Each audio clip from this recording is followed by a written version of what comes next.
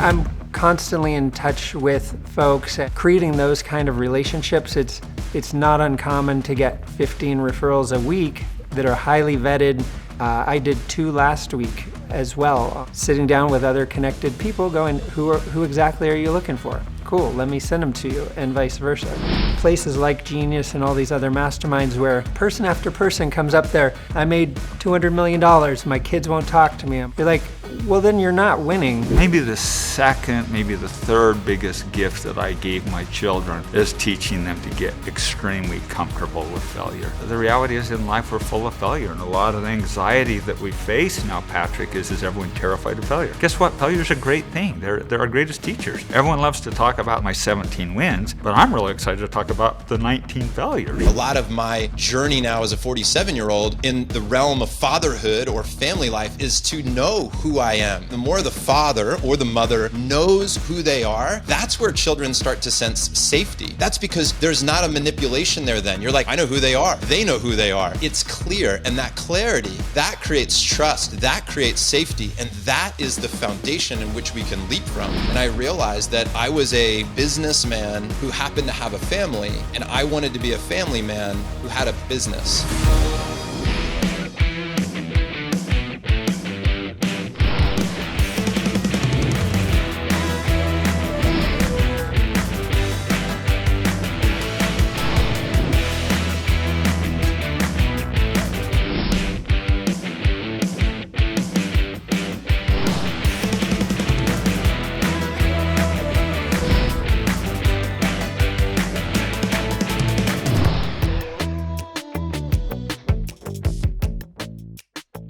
Welcome to episode 6 of the Entrepreneurial Brain. Well, we're moving along and building some momentum here, and as we start stacking this information and this content together, it all emerges into something that is designed to transform you. And that's why you're here, that's why I'm here, and that's why all these people who volunteered, they're unpaid incidentally, the people who sit for these interviews do it for the passion of wanting to serve people and create value. So I want you to know and understand that as you're watching and experiencing them, they're really just giving. They want to give back. They've got knowledge, they've got wisdom. So it was a privilege for me, not only to sit with them, but to take the journey with you. I thank you for being here. And also just know that during this free viewing period, I think I've mentioned it, you can get this entire series plus some amazing bonuses with some very steep discounts. So now's the time to do it. And if you already did, thank you very much. We really appreciate your support. Let's jump into episode 6.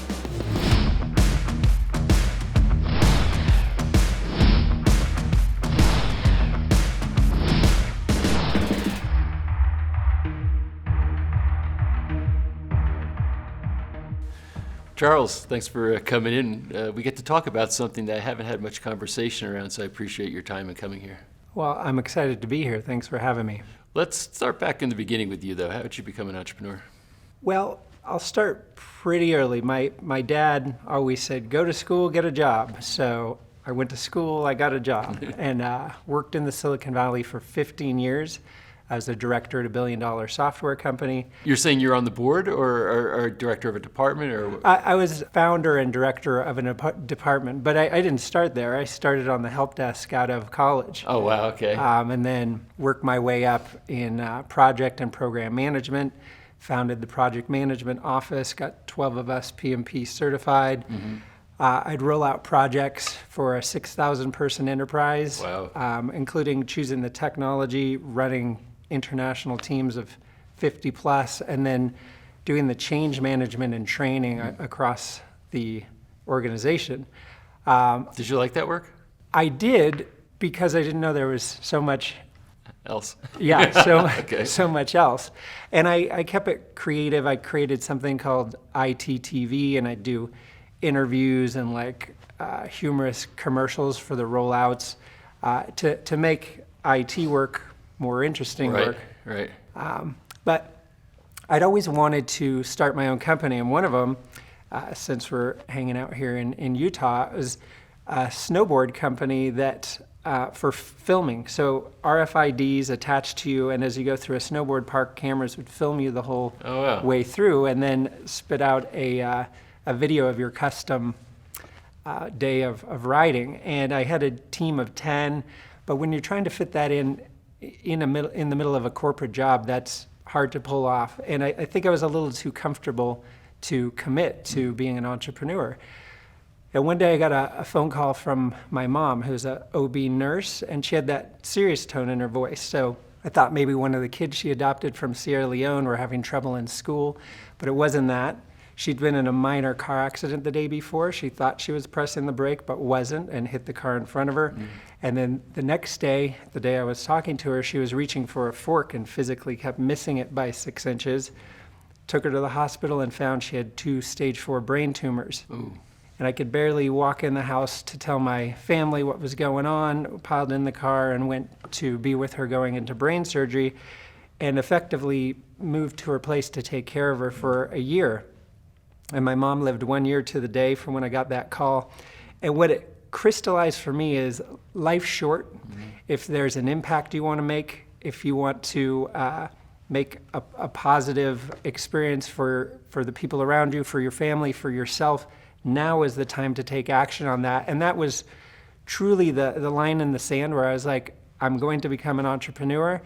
And I had a piece of wood made. It says, I can, I will, end of story. Like, I don't care what happens, I'm going to figure this out. And that commitment fueled diving into entrepreneurship from the very beginning, like green as you could be when it comes to being an entrepreneur. How long ago was that? 7 years ago. Wow, okay. And so did you give notice at work and leave, or? Yes, I did. I had a 15 years worth of built up severance. Unfortunately, I had money from my mom's passing. And I had some friends from college that started a company and then started a second company. And I was like, by the time they're buying their 3rd building in San Francisco, I'm like, if they can do it, I can do it. And so I asked them, they were doing physical products, wooden watches and sunglasses. And I'm like, okay, I want to get in on this. And they were like, digital products, there's no sourcing, no shipping, like none of the headaches they were managing. And a light bulb went off. I'm like, I'm already doing online training. I'm familiar with video work. And so I created my first product. It was a low-ticket productivity course. Being new to the space, I didn't have a list or connections. So started going to a lot of events and connecting with people online, and quickly found my new peer group of entrepreneurs already had my ideal clients in their communities. So started setting up presentations to other people's audiences, delivering a high-value training, and then offering the deeper dive course.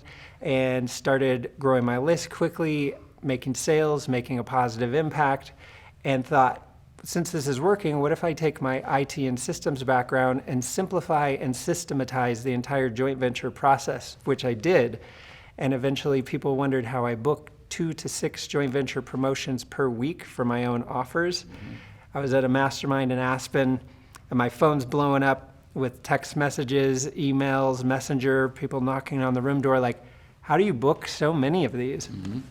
And that night happened to be sipping whiskey, and I was like, if everyone wants to know this so bad, I'll put on an event and teach it. And that's when my first Pure JV event came to be, which was piggybacked on traffic and conversion. And that's what I've been doing ever since, helping businesses scale with joint venture partnerships. So there's some interesting things here. First is, you didn't jump into being an entrepreneur saying, I know what I want to do. Oh, no. Because there's different kinds. Some entrepreneurs think it's just passion around a particular thing that gets them started. In your case, your passion was just saying, I want to be in my own business. I don't want to work in somebody else's business. Yeah, which, and it's not a right or a wrong, but they're very different characteristics as far as what drives you to get started, right? Yeah, it was time freedom, location freedom, being the only person I answer to other than my clients, of course. So was that, it was saying, I'm choosing that life, and I'm going to figure out the business, that it's going to give me that life. That's right. Yeah, and but then you basically said, if I'm interpreting properly, here's what I know about that I think has value because I've got this experience doing what I did before, and if I package that, it might be worthwhile to people. Precisely. So I made a list. I wouldn't call this a scientific approach. I made a list of 43 things I was either good at or interested in doing. And then I asked myself, what are you actually good at? And the list shrank to 12. And then I just thought, okay, what's been the most positively impactful thing for me personally that I could help others get proficient in. And my first product was an Evernote course. I created a Evernote course, spend 3 hours in the course. You'll save a minimum of 3 hours a week going forward, which adds up to 144 hours a year or 18 working days of reclaimed time. So you're quantifying the benefit? Yeah. And how did knowing, like if somebody's already using Evernote, how did your course amplify that? Is it just understanding how to better use it, or? To use it dramatically better.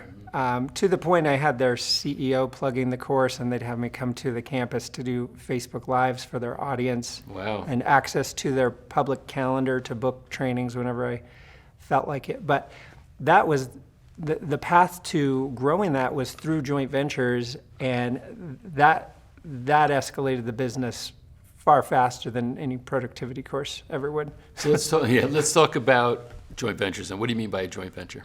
Sure. So a joint venture is, and there's several ways to think about them, but common ones are speaking to other people's audiences or communities. Referral partnerships are actually a form of joint ventures. I'm a big fan of creating embedded partnerships. This is where part of or all of your product or service is inside of other people's programs. Give me an example of what you mean by that. So as an example, I'm the JV expert inside of Eben Pagan's Virtual Coach program, in John Assaraf's Winning the Game of Business program, in Yannick Silver's Maverick Mastermind, and the Genius Network. I'm the go-to person on the topic of joint ventures in those communities. And I'll give you a phenomenal example that I'm creating right now. There's a book publisher she publishes 400 books a year, New York Times bestsellers, Wall Street Journal bestsellers, and her highest ticket offer is $100K, and she's going to be bundling my high ticket offer in it. She sells 50 plus of those a year. My high ticket offer will be in it. So everyone she lands, I land a new high ticket client with no lead gen and no sales calls. So several of my clients, one in particular, he's done over $6 million in 15 months from what I taught him creating embedded partnerships. So basically, with this one, she's taking your services and packaging them into a big package, and then just pays you out of the sales that she makes. Precisely. So you're sort of like an Intel Inside phenomenon, right, with the computers. Exactly. Yeah. And so Intel Inside is embedded in multiple different types of PCs, right? Yeah, and I appreciate that you use that example, because when I used in my presentation, or you buy your smart TV, embedded is the Netflix app, the Hulu app, the Apple TV app. So embedded partnerships are creating sales automatically by partnering with the right folks. Now, did you go out to her with the idea? Did she come to you with the idea? Maybe I could ask it this way. You have a certain amount of embedded partnerships that you do. How many of them did you actually go out and propose something versus they came to you and said, hey, we'd like to pull you in? I probably proposed 95% of them. So it's mostly your initiative. It's part of my system for helping businesses scale, is understanding how to build those relationships and then how to tee up the conversations to land those deals. Now, typically, you have a certain retail price for whatever it is you do that they're embedding, and do you give them a wholesale price, so that because they're doing volume, or what's the right type of business arrangement on that? Sure. I have some where there is some wholesale pricing. I have others where it's full pricing, and I do offer a commission back. So it's fun sending people out commissions. I think I sent John Assaraf and Yannick both commissions on a single Uber ride from people they'd been sending me. So it's even more fun when they're not expecting it. So when you're saying commissions back, what are the commissions back for? So sometimes these are referral partnerships. So if anyone in their community brings up that topic, they send them straight to me, and then I'll send them back commissions. Oh, I see. That's on the one-offs as compared to an embedded. Okay. Exactly. So let's say we're starting fresh with an entrepreneur. Say it's a somewhat mature business. It's been around for a while. It's not like a bootstrap thing. That they've got a product, they've got marketing, they've got some resources, some staff, et cetera. But they've never really made JVs a part of their agenda for the business, and now they're sitting saying, okay, 2023, it's going to be the year of JVs for us. And now they bring you in to advise them. Sure. How do you walk them through the process of figuring out their strategy for JVs?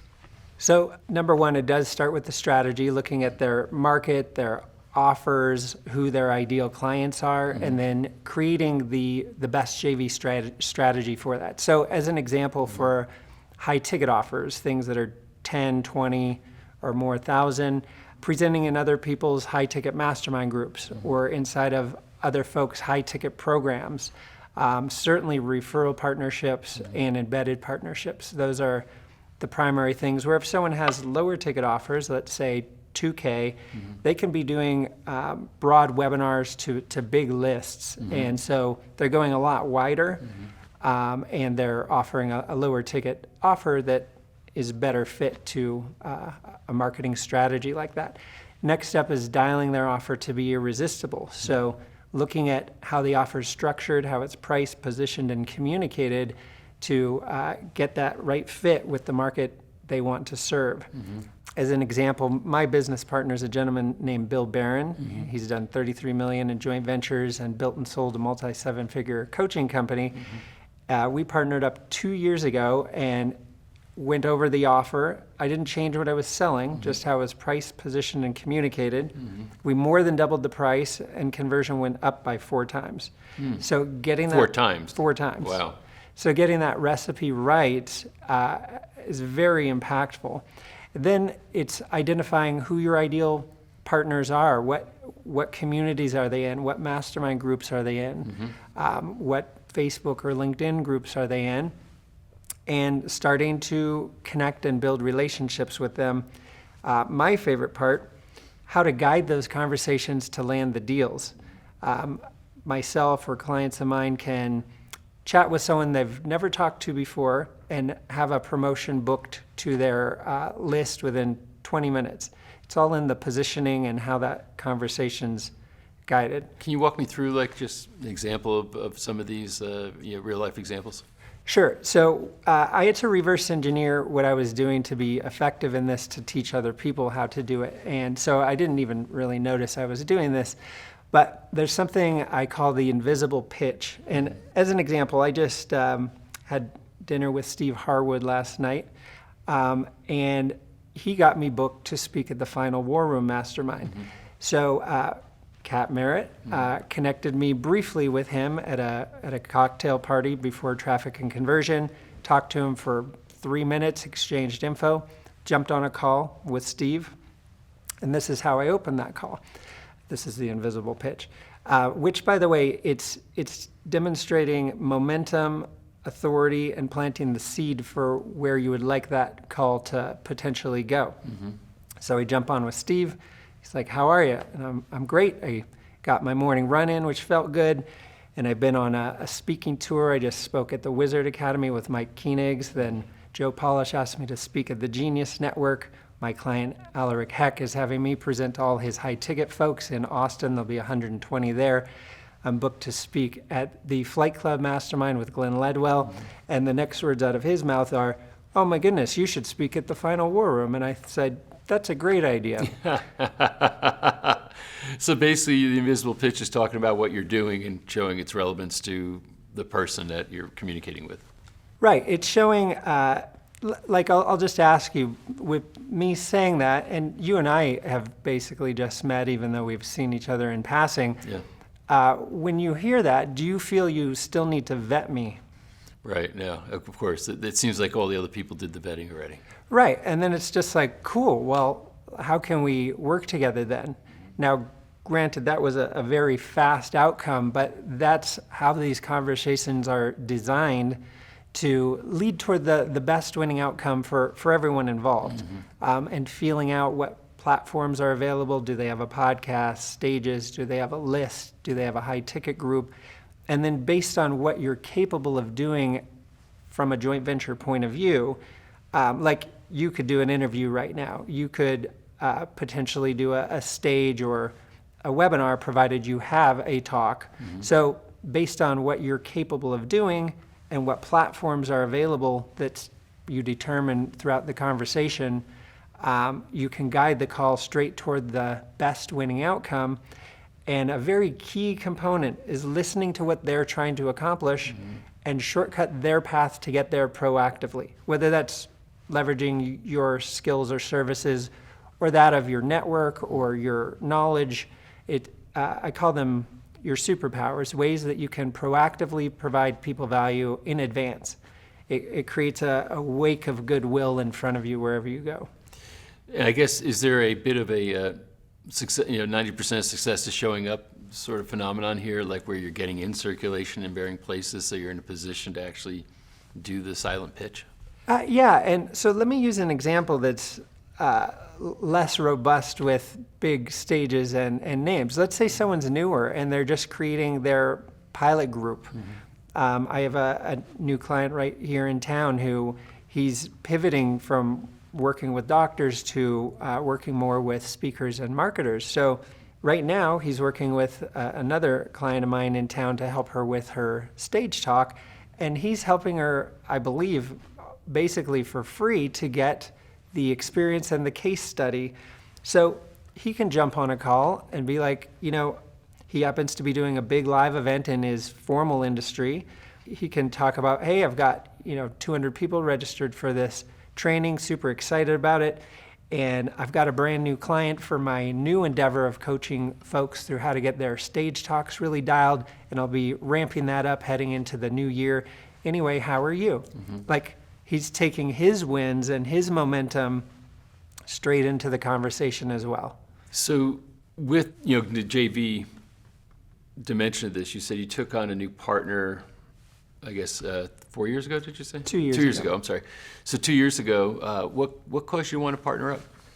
Oh, well, basically, part of my process is systematically connecting with people. And I'm in a mastermind with Eben Pagan and Jeff Walker and some different folks. And I saw Bill Barron on this Zoom call, and I knew his business partner. So I messaged him, and I was like, how you doing, Bill? I'd love to chat. I know your business partner.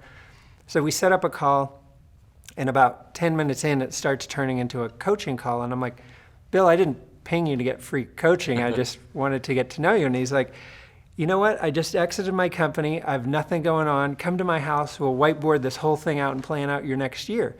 So I'm like, a free VIP day with a legend. Yes, please. So went over to his place, planned out the year. And then a couple days later, he calls me. He's like, I grew my entire business using joint ventures. I love what you're doing, the way you work. Would you like to partner, and I'll help you blow this up? And I was like, hell yes, let's do that.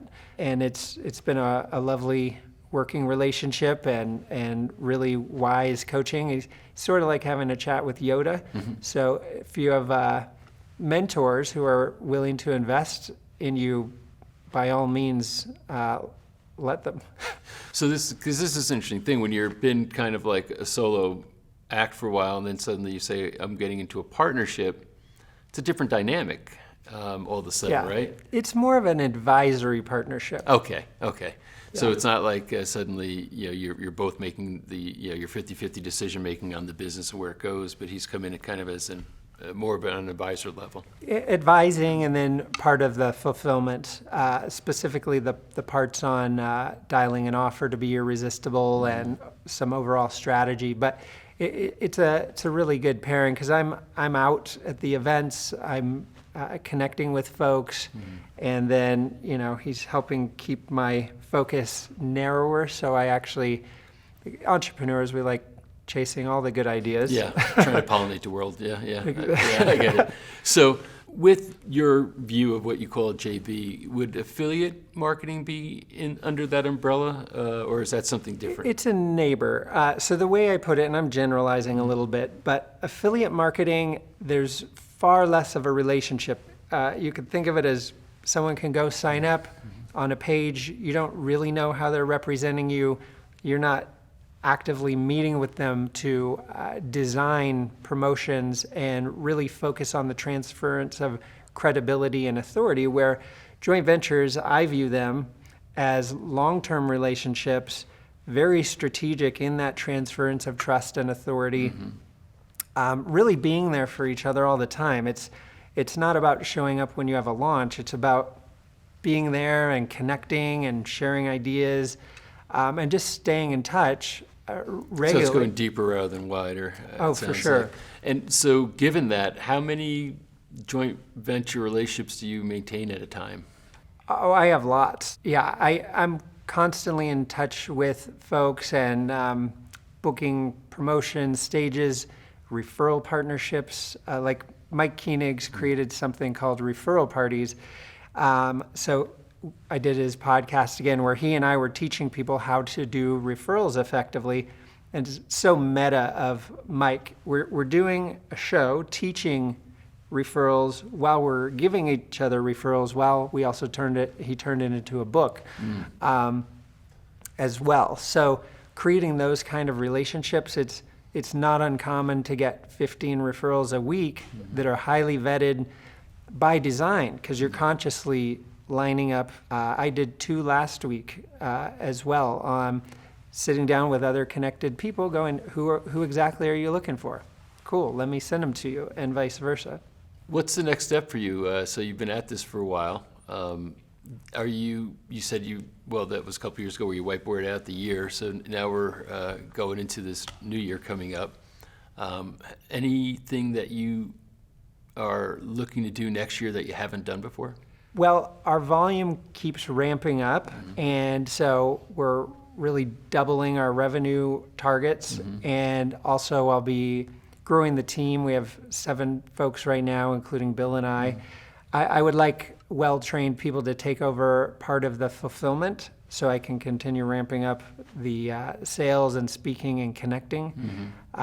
Dan Martel was telling me this earlier this year down in Mexico. He's like, you think people are hiring you, they're hiring for an outcome, and it doesn't matter if that's you or not. So I want to bring in some folks that get highly trained so they can take over a chunk of that fulfillment. So is this a part of the maturation process as an entrepreneur where, kind of you're the expert and you're selling expertise, and now basically you could sell the expertise without you having to deliver it? Is that do you see that as another level of the game for you? I certainly do. Now, I do enjoy it. I'm good at it. But it's that idea of if a bus hit you, would the business implode? Right. And currently that is exactly what would happen. So I'd like to design it that way, A, for scale, but B, just then you can really focus on whatever you want. Right. Because the company can operate without you, which I think will be a journey in and of itself. It's not going to happen overnight. But I think that is the next kind of iteration of focus. So going all the way back to that initial impetus that sent you into being an entrepreneur, when you reflect back, is it what you thought it was going to be? Way better. Better? Oh my Okay. goodness. It's been phenomenal. The creative, abundant, big thinking people that are literally out changing the world and doing insanely creative things and supporting new waves of entrepreneurs. And I have 2 daughters who I'm raising to be entrepreneurs, and it's just so satisfying to bring them up in a world where anything's possible. It's not what won't work, it's how do you make it work.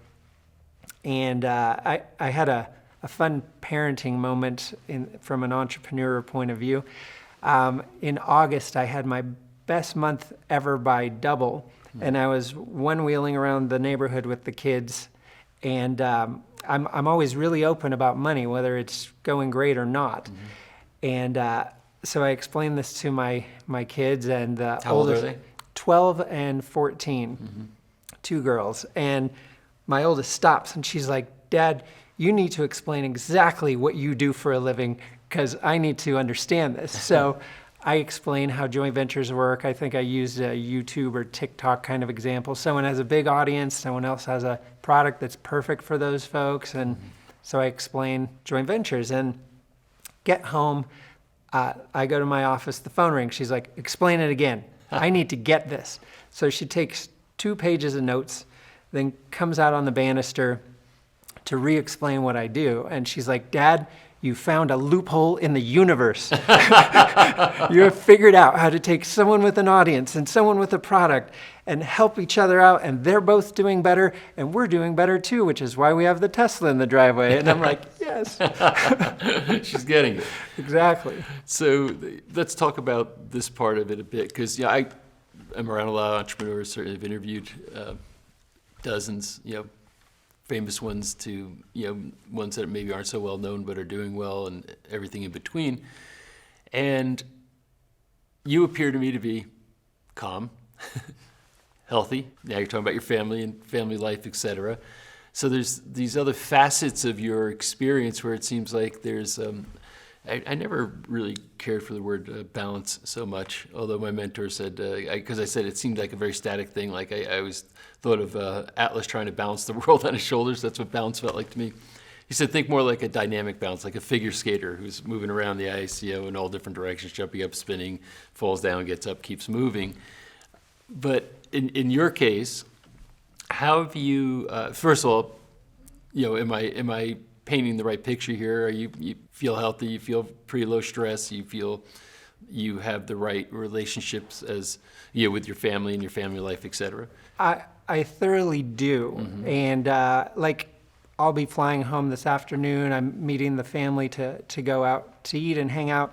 And my 14-year-old, whenever I get back from a trip, jumps up, arms and legs around me. I missed you. I love you so much. And I'll get back from a trip and we take off blaring music in the Tesla and go to Napa and go adventuring. And what I found works really well is coming home and being ultra present and going and doing something really fun where the whole family's together, or me and the kids one-on-one are together, like going to race cars or taking them for ice cream or other things that just let them know I'm 100% there for them and love them, and share these experiences and adventures and talk about inviting them on different ones. Like they came with me last year to the Genius annual event and got to meet people like Brian Kurtz, who'd sent my oldest copywriting books that she went through. She had a whole tracker of going through these deep copywriting books, and she'd mark every day that she read and send Brian shots of her progress and stuff. So just including them in the journey and painting a picture for their future of what's possible and what it's like to hang out with people who are always thinking bigger and expansive. It's immensely satisfying. And then as far as health goes, I wake up, I run every day. I figured out a while ago, you can quell that argument in your head if you're working out today or tomorrow or Thursday. No, I work out every day. There's no argument. I went running this morning in 24-degree weather, which was rather invigorating, actually. So it's those kind of patterns that create that dependable outcome, because you're putting in what's needed to get out what you're actually going after. And places like Genius and all these other masterminds where person after person comes up there, I made $200 million, my kids won't talk to me, I'm on my third wife. You're like, well, then you're not winning at this. And I think that's the whole point. I see a lot of people who are successful in the sense of their businesses succeed, but they don't succeed, right? They got a wake of wreckage, behind them along the way. What is the difference between you and them? I think it's that commitment to be present, super present, not I'm on my phone next to you present, but looking at you in the eyes and having conversations. And every morning I make sure I'm there to give the kids hugs before they leave and spend some time with them or pick them up from school before or take them to cheerleading, just being there for them. And so they know that. And when I'm traveling, FaceTiming them, I shot them videos this morning, out showing them the mountains, and I think I was in Starbucks when I was filming that, but consciously being there for them and making them feel as they are very important. It sounds to me in large part, that it's just a matter of not being so obsessed with the business that you forget about everything else, except for moments in time. Yeah, and I think what helps is the habit of being present. Like, of course, I could get that extra email or two out in the morning, but instead I go hang out with the kids while they're getting ready.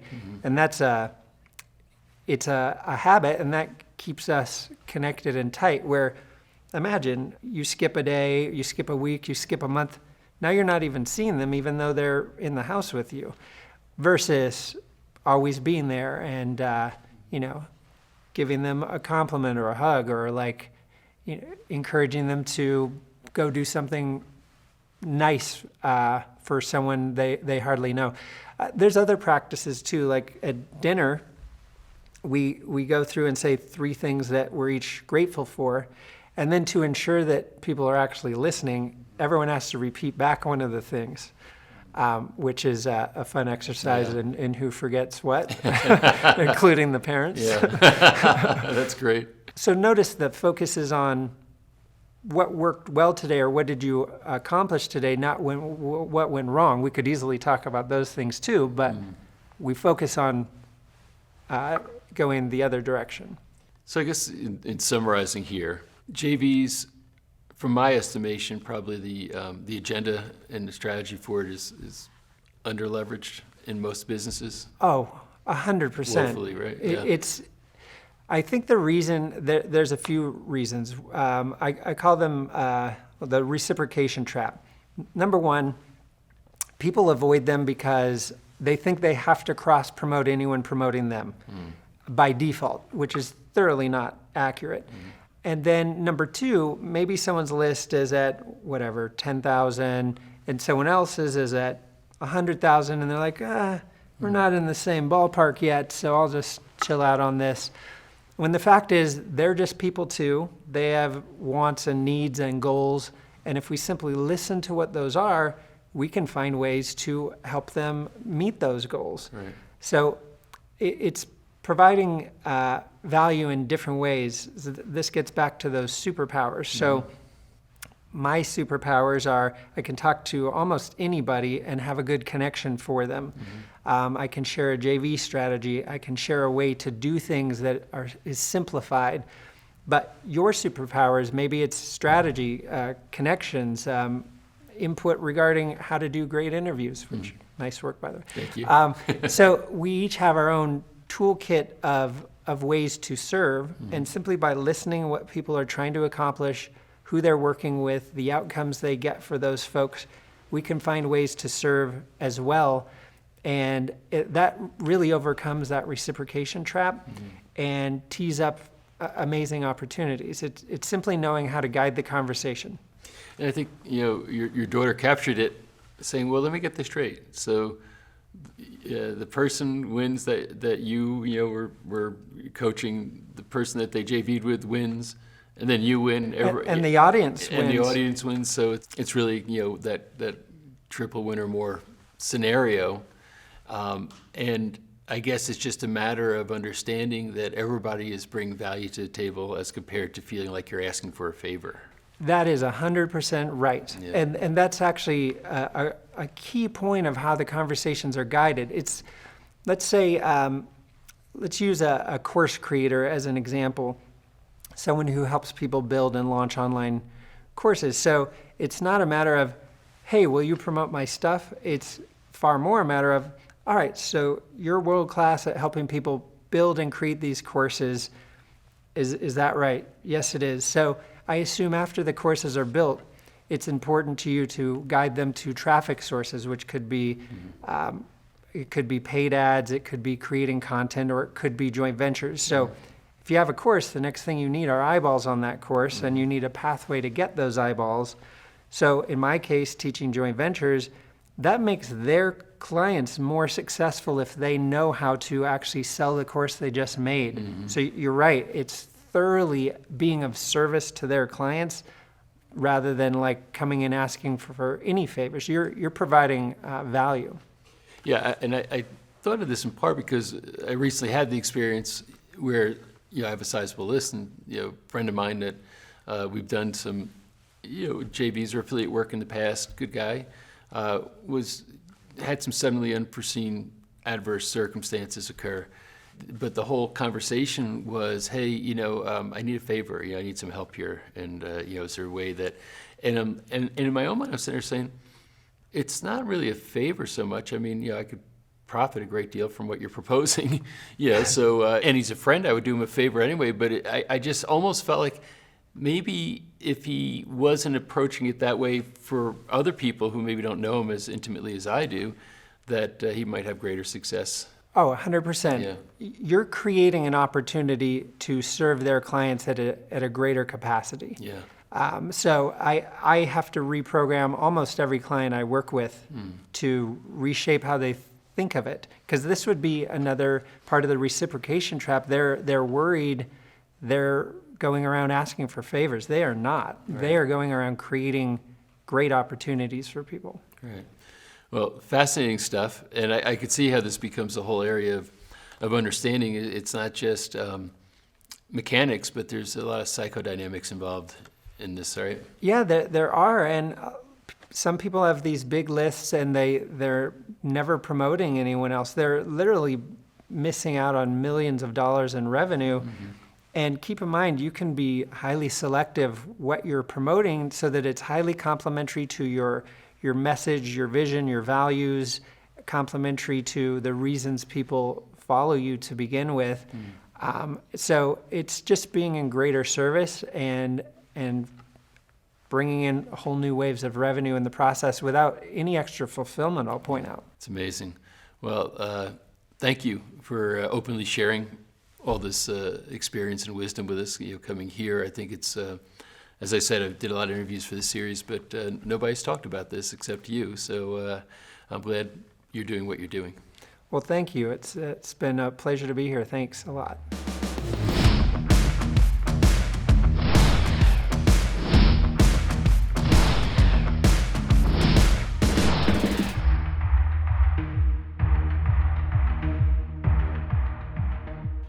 Rich, I'm looking forward to this conversation. I know it's going to be really stimulating, so thanks for taking the time. Oh, I'm just thrilled to be here. Always love talking to you, Patrick. Yeah, well, we're about to have some fun right now. So let's go back to the beginning then. So what got you started on your entrepreneurial career? I think it was always in my blood. As a kid, I couldn't help it. As an entrepreneur, born or they taught. For me, it was born. I couldn't help myself. But I followed a very unconventional path. I went through formal education, got an electrical engineering degree, got an MBA, and then I went into corporate world, became a corporate executive, became incredibly frustrated of not being able to see market forces eyeball to eyeball. Mm-hmm. And so quit the corporate world and just became a very intense, hardcore, brain-damaged, lean startup entrepreneur. Well, startup entrepreneurs, it's an extreme thing, isn't it? Not many people can do it. Well, I don't know. I actually think that that's not necessarily true. I think a lot of people can do it. Mm-hmm. I think the way that it's framed, a lot of people can't do it. Mm-hmm. I like to, reference that back to my philosophy on zigzag principle is, if we're going to climb the mountains out front and go straight up the mountain, most people can't do that unless you have your harnesses and can climb rough cliffs with your fingers. Mm-hmm. But if you take it gradual and ascend at a very low declination angles, you can climb it. So I think it's not as hard to create $1 million business as most people think.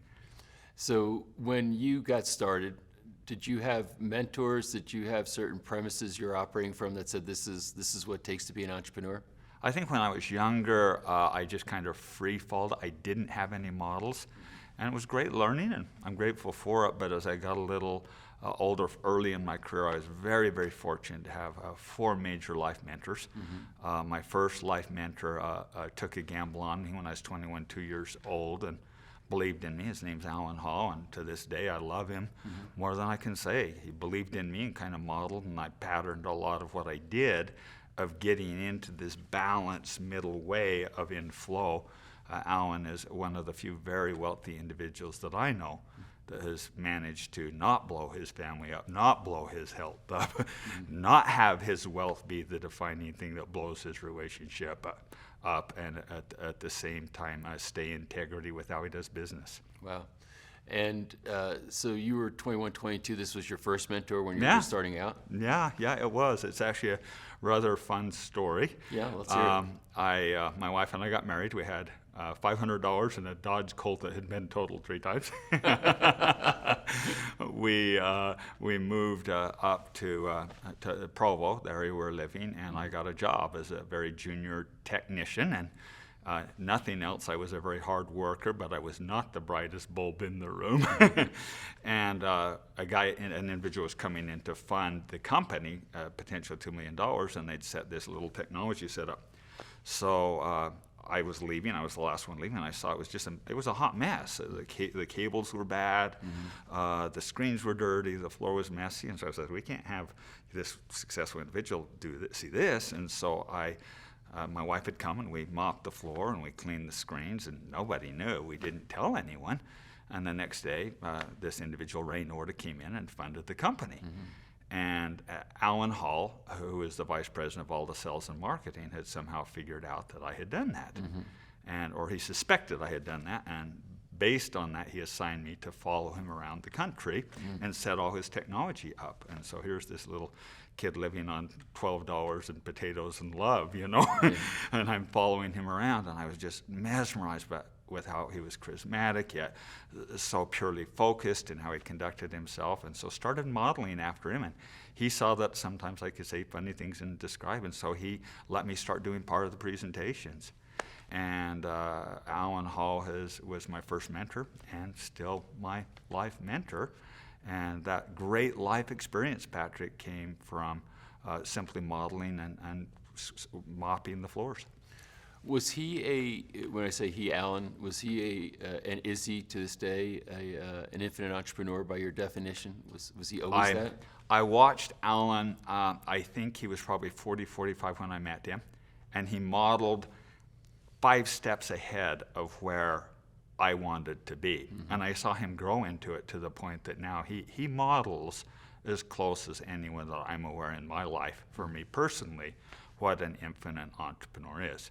As a matter of fact, to this day, when I get into a sticky wicket, or even give him a little foresight, Alan is the one I call. About 10 years ago, he taught me this beautiful concept called the prosperity equation. And the fundamentals is you put away and you get your first $5 million, and it's sacred money. And at that point, he recommends putting it in your wife's name, and you never risk it ever again. And then at that point, you go about your life doing good and build upon 5 key pillars in life that can influence humanity. And then at that point, his comment is, be a riverboat gambler, have a blast, but never again risk that $5 million. That conversation was so precipice for me, and it's actually what kept me with the wealth from flying off the rails and putting my life terribly out of balance. How long ago was that? That was about 12 years ago. So I guess I don't know if we adjust for inflation or 5 million is still the number. No, Brother Scott and I were actually talking about the other day, and I think it's 7 million now. Yeah, okay. But nonetheless, the reality is short of buying a yacht and a private jet, what are you going to do with more than $7 million? Right. Is the chocolate cake going to taste any better? Are you going to buy a bottle of water? Are you going to, that really is a pretty healthy, balanced, stable place. And then the question becomes, is it an ego game or an impact game? And I think everyone has to come to that precipice. Am I playing the ego game and fueling something that isn't promoting healing, isn't promoting health, or am I actually promoting impact and betterment? And not just words, doing it. This is interesting because you could have 5 different people, let's just say 5 different entrepreneurs who all got their $7 million base, let's call it, as you're describing. But there are 7 different motivations that got them there. 7 different psychologies. Some of them maybe are driven by negative things that they, because of wounds that they had as a child, that they had to prove something to the world. Some of them maybe had just a great idea of creating value for other people and gained wealth, through those means, et cetera. So I guess the question is this: if somebody gets to that point, and I want to have some conversations about what it takes to get to that point, but let's say somebody gets to that point, now they can take that step back and say, okay, here I am. Should there, in order to become an infinite entrepreneur, should there be some retrospective processing of themselves, some self-awareness around what got them to that level of success before they make decisions about what to do next? I really believe that boils down to, what Scott talks about, wealth, or we are well, and the reality is being out of balance financially isn't well. Right. And so the more prep work we do before to balance out our business health and well-being and stability, our family, most important, and that's been majorly under attack, a major focus that I've had recently, then our physical health, and then the wealth money thing, because the wealth alone, it actually propagates the problem. Back to that little infinity sign, you get the bottom, it's death. I've worked with most of many wealthy billionaire families, and the private room conversations are terrifying. Yeah. It exacerbates the problem. I used to think, Patrick, that, these kids are just stupid. That you've always heard after 3 generations, all the wealth is lost. I used to think, stupid, dumb kids. I don't think that anymore. I think they actually come to the conclusion this is not serving our soul expansion. This is not serving our progression. We're going to get rid of it, get rid of this noose around, and have it go through a death so we can start climbing back out of that other side and climbing back to personal, getting out of addiction, getting out of deep scarcity, climbing back to personal so that they can get back into family. And then, tragically, the cycle oftentimes starts over.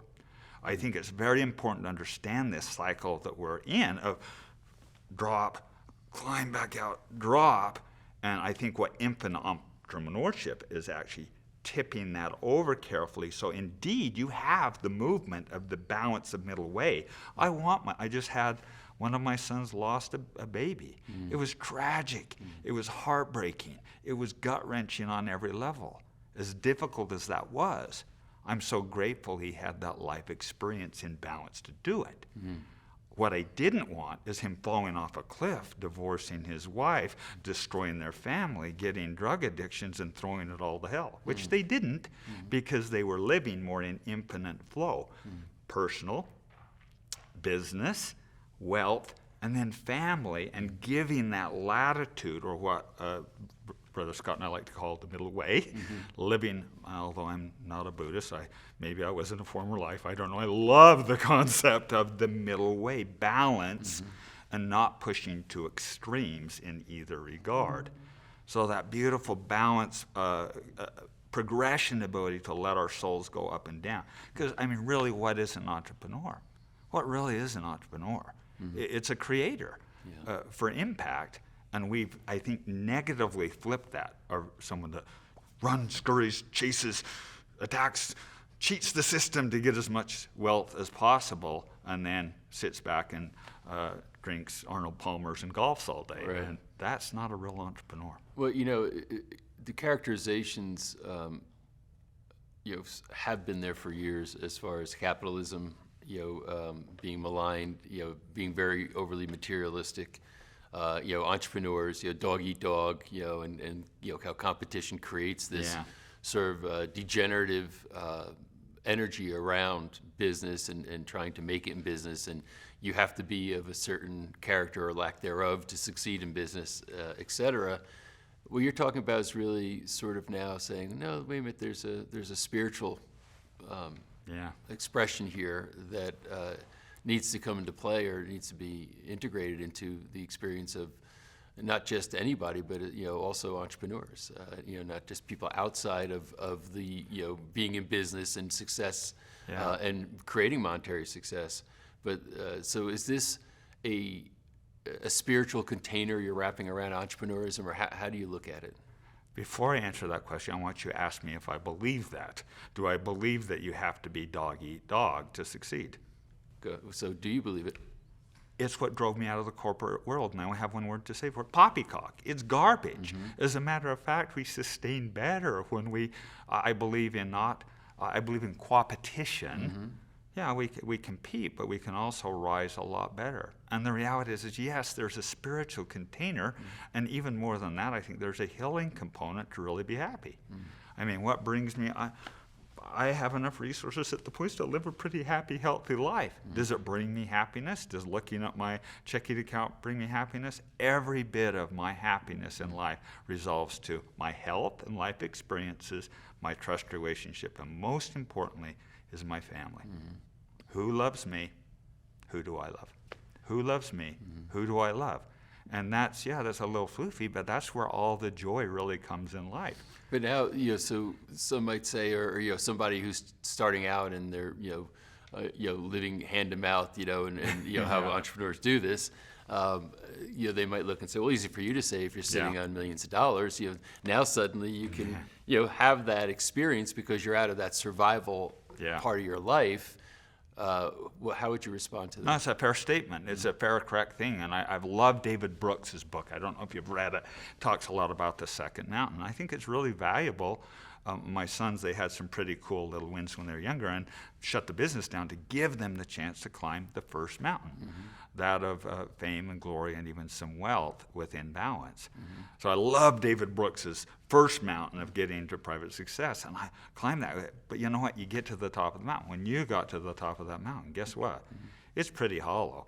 It's like eating whipped cream off of a chocolate cake. It feels good for about 5 seconds, and then you got a sugar buzz, So it's very interesting because you can just instantly palatably see the guys that keep chasing that, and it's never enough, never enough, never enough, and trying to fuel the insecurities of their 5-year-old.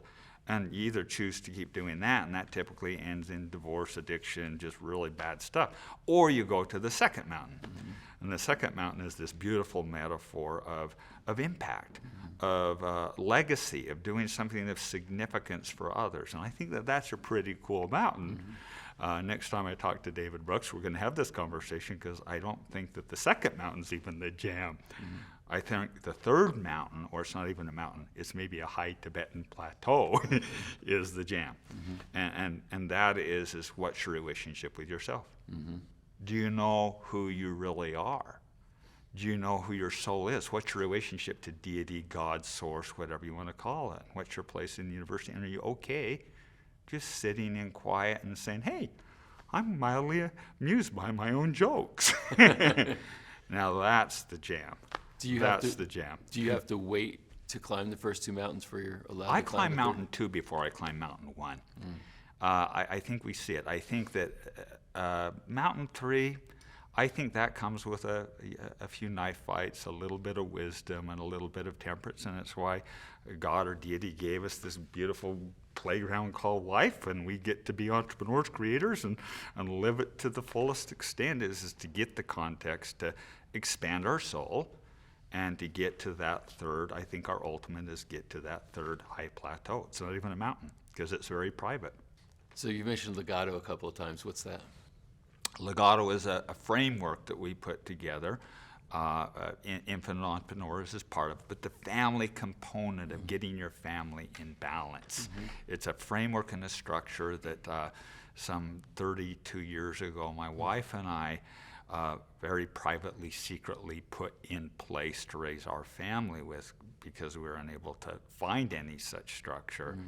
And we've now kind of brought that forward as a model structure framework that others can follow to stabilize their families. Can you explain the general framework? Yeah, absolutely. The base platform of it is based in values. I know everyone says values, but really, do you know what your family values are? Can you cleanly and really crisply articulate with you and your significant other what the values are you're standing for? And equal to what you're standing for is what's not working. What were the values that were passed on from your grandma, your grandpa, your mom, your dad, whatever else, that you need to throw in the garbage can? My wife and I both had an extreme amount of guilt and shame and scarcity. It was to throw up a little bit of guilt, put it with shame, and put some scarcity in the middle, slap it on, you can get any behavior you want. Right. And so my wife and I very consciously, through some of these other pillars we're going to talk about, extracted that.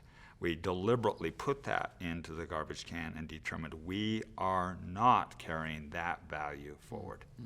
So it starts with a platform of values. Consciously choosing the values.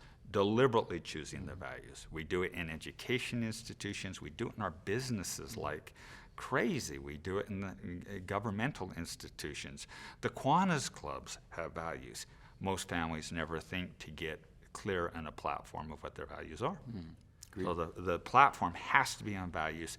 This other stuff's maybe a little bit more sexy, a little more zippy, but if you don't get the values clean, then, well, the rains come down and the floods wash it all away. So you've got to get the values, and we've come up with a really fun little way to actually walk through and get to those in a playful, fun way rather than let's sit down and Patrick, I'm going to know you. What are your values? So the platform's values.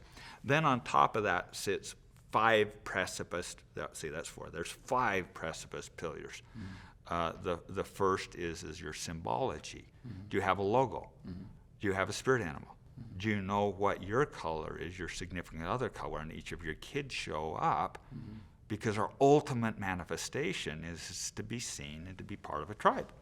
It's why we wear colors to football games. It's why the Bloods wear red in the Crips. Now, they're going for it. It's just the wrong, maybe not the values we're going for. And the reality is we deeply as humans need to feel we belong to a tribe, and the way we manifest that is the colors or symbology we wear. So most people have a company logo. They've never thought to create a family logo or symbol, have not created a family crest, and those are deeply unifying, deeply bonding. So a very, very fun little abstraction tool with that. The second pillar is the pillar of doctrine.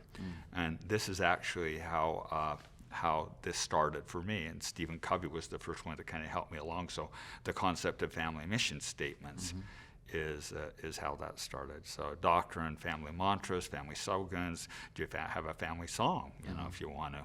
But that's the rules of engagement of how you kind of behave in the structure of what kind of the guidelines are. So the third pillar is that of traditions, cadences of traditions. That's kind of like the returning to your tribe at the end of the day, what you do feel really comfortable. And if we don't provide that in a family setting or a tribe setting, our kids or our family will go get it elsewhere. And so getting really regular, deliberate, based on the values, rather than come home and I'm going to yell at you every day. That's not what we're going for. Right. But what you can do fun and playful with your teenagers, whether it's having their favorite treat out there or saying what's your funny of the day and what's your sad of the day. Tell us the funniest joke. Those are really fun things to do with teenagers. The second part it's a little bit more sacred. It's almost like rare. You almost even kind of don't talk about it. It's the stuff you do on really important birthdays, or when they get married, or it's a oath or something of that nature that's deeply meaningful, that's embedded oftentimes in symbology. Maybe one example I could share is when our daughter-in-laws come into the family, they know that they're going to be part of the family logo, which is my wife in the white center, I surround in black, protect, provide, provide safe space, and then each of my sons point inward in their color, manifesting, and then behind that's a little white dot, or a little black dot. When they get married, they then light that dot up and the daughter-in-law becomes white. So we go through this beautiful little ritual of going down to the cabin, right underneath the crest, having the daughter-in-laws raise their arm up and receive the family oath. Very tender words have we agreed to not take quick offense, to always give kindness first, to look for areas of contribution, and when we're in struggle that we know that we're in a safe environment, then my wife and I will give them a beautiful piece of one-of-a-kind, very valuable jewelry in their portion of the crest. And then everyone cheers and has a family dinner. And don't royal families do that? Oh. Right. I mean, that's, so it's not just for the royal families, but it could be for us commoners also. I don't want the royal family. We're over there on the Jubilee and watching all of that. They're so tight, I think they're going to burst coronaries. But this can be playful and fun, but I think the enduring families do this, Patrick. All right. So what's the fourth pillar? The fourth pillar is rites of passage. As we put this model together early in our marriage, we really didn't want the values to come undone. We really didn't want anti-fragile children. We wanted independent, self-working kids. And so we looked back at indigenous conventional wisdom and realized there was a lot that had been lost there. And so I call this the epoxy glue, the cement that can never undo it. So once you got the values, this is how you do it. The critical ages, Patrick, are 8. 8 is the age where the brain closes and the pineal gland and we become self-regulating. So 8 is the first critical age. 12 is when puberty starts in young adulthood, so 12 is a critical age. 14 is when most kids and youth start picking their life course, so that's a critical age. And then 16 is typically career or directionally, what am I going to do with my life? And then I believe 18 is the age where every son must kill his father and every daughter must cut the apron strings from their mother to be healthy. So we deliberately, with our family, put rites of passage in at each of those crucible milestones. That 5th pillar is the critical one, where Scott, thank heaven Scott came along, because he provided the key critical structure of what you do with the wealth. How do you create the family constitution? How do you actually structure this so all this modeling carries forward into perpetuity? And so Scott's the expert on that So fifth I'm piece. holding the 5th pillar for him. You're holding the 5th pillar for him. I am done on that one, because you're going to get 1,000 times better from Scott. So it's interesting here because all this is framed in the context of this, let's call it a emerging vision of an entrepreneur, right? And what this really should mean in this context of this infinite entrepreneur as you're framing it. And what's interesting is that in your case, business was the love. Didn't matter if I'm the varying businesses you did. It's different. There's different types of entrepreneurs. Sometimes, there's a single mission for an entrepreneur. Yeah. Where it's like this is a deep passion that they get very connected to, and it becomes a very strong part of their identity. How does everything you're talking about here relate to that type of an entrepreneur? Well, I think we each have our inner wisdom. We each have our path, but I know what that path is not, and that's extremely out of balance. I mean, the way I like to view this is picture a dial, and if all we have is one dial and we turn the dial, it's not that hard to do.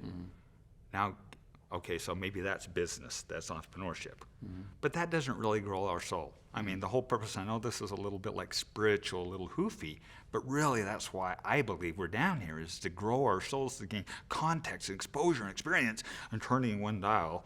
Well, I did that like at Disneyland on some little spaceship ride, and it was pretty boring.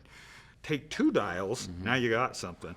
Add 3 or 4, and trying to keep them in balance are really tricky. Yeah. And the danger is if we just get so one-sided that we get to that out of balance in either way. We can see it in health. Someone who's so crazy that they're watching every micronutrient, that's not good. On the other hand, eating 14 bags of potato chips is not good. There's this middle balanced, appropriate way that when there's a delicious new piece of whatever, then tasting that. And the same thing is true with this principle, is giving ourselves the context and texture of, if not family, at least tribe relationships that we belong to, development creation in business, individual healing, and then the beautiful part of Scott is adding wealth or resources, whether it's used as a Christian metaphor, whether it's 1 talent or 10 talents, be a good servant with it. So I think that's the modality, Patrick, I believe, is keeping the dials in balance and growing our souls.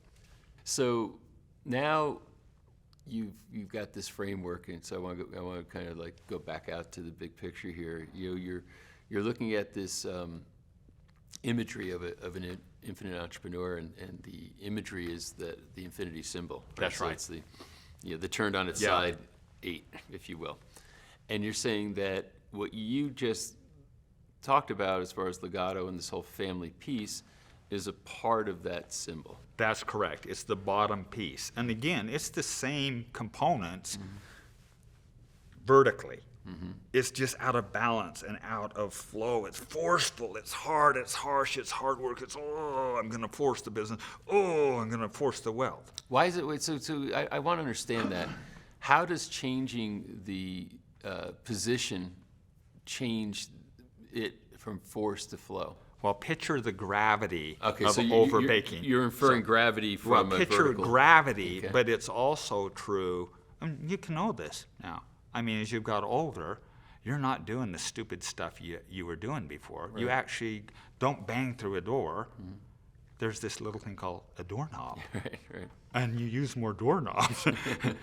One's flow, one's force. Mm-hmm. And so the concept is in life in all four of these areas. In your family relationships, mm-hmm. not have it be enforced. In your business, not force stuff that doesn't fit. In your wealth, not forcing, eliminating the dark, investing money. And then in your personal, not getting into hard covering up addictions and doing the healing and tipping that over so you still have the middle way, right. the up and down of a moving piece. And Scott will go through this in great detail, far more beautifully than I, but this major bottom left component is family.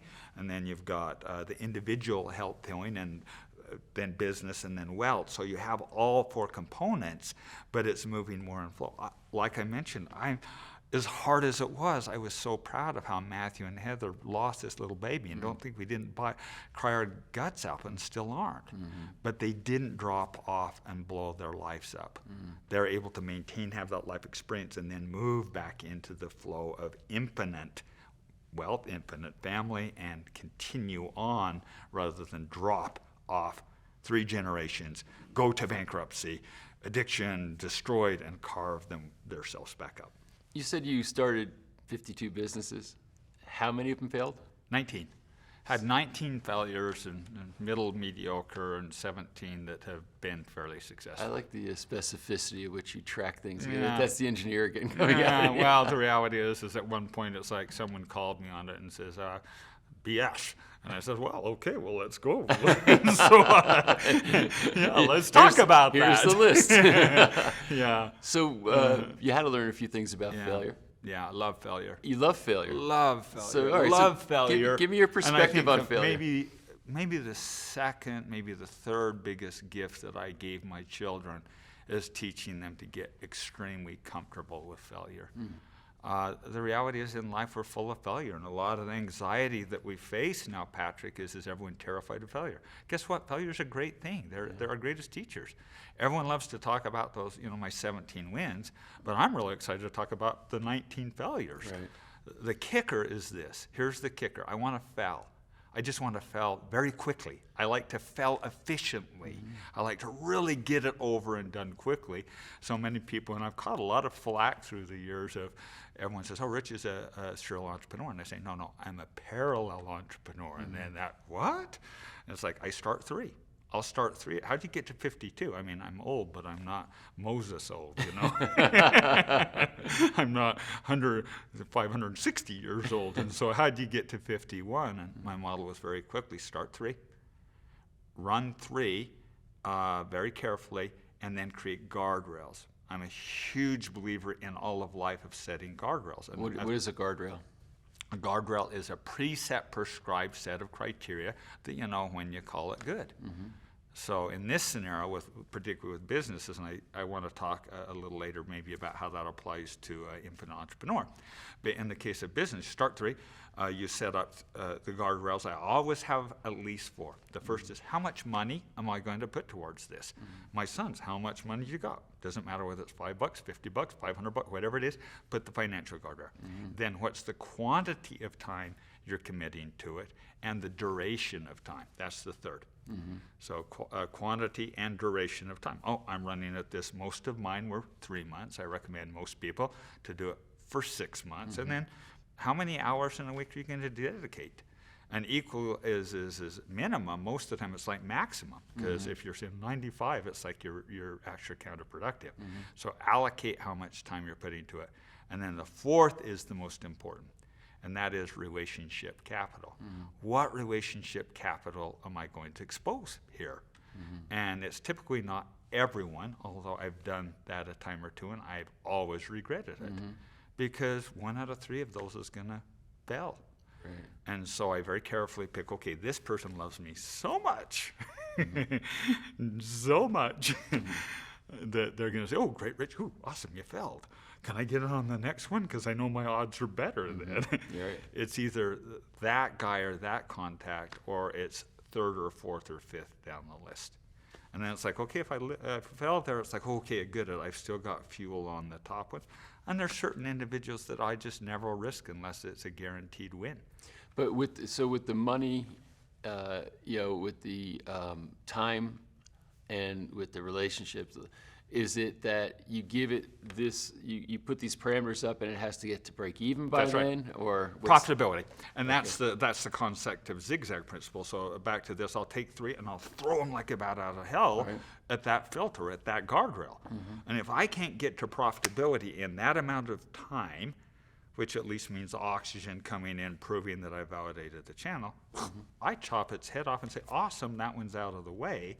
The hard one's the mediocre one. Right. And then the successful one gets, and then at that point they have something. Yeah, and that's an interesting criteria too. Is it?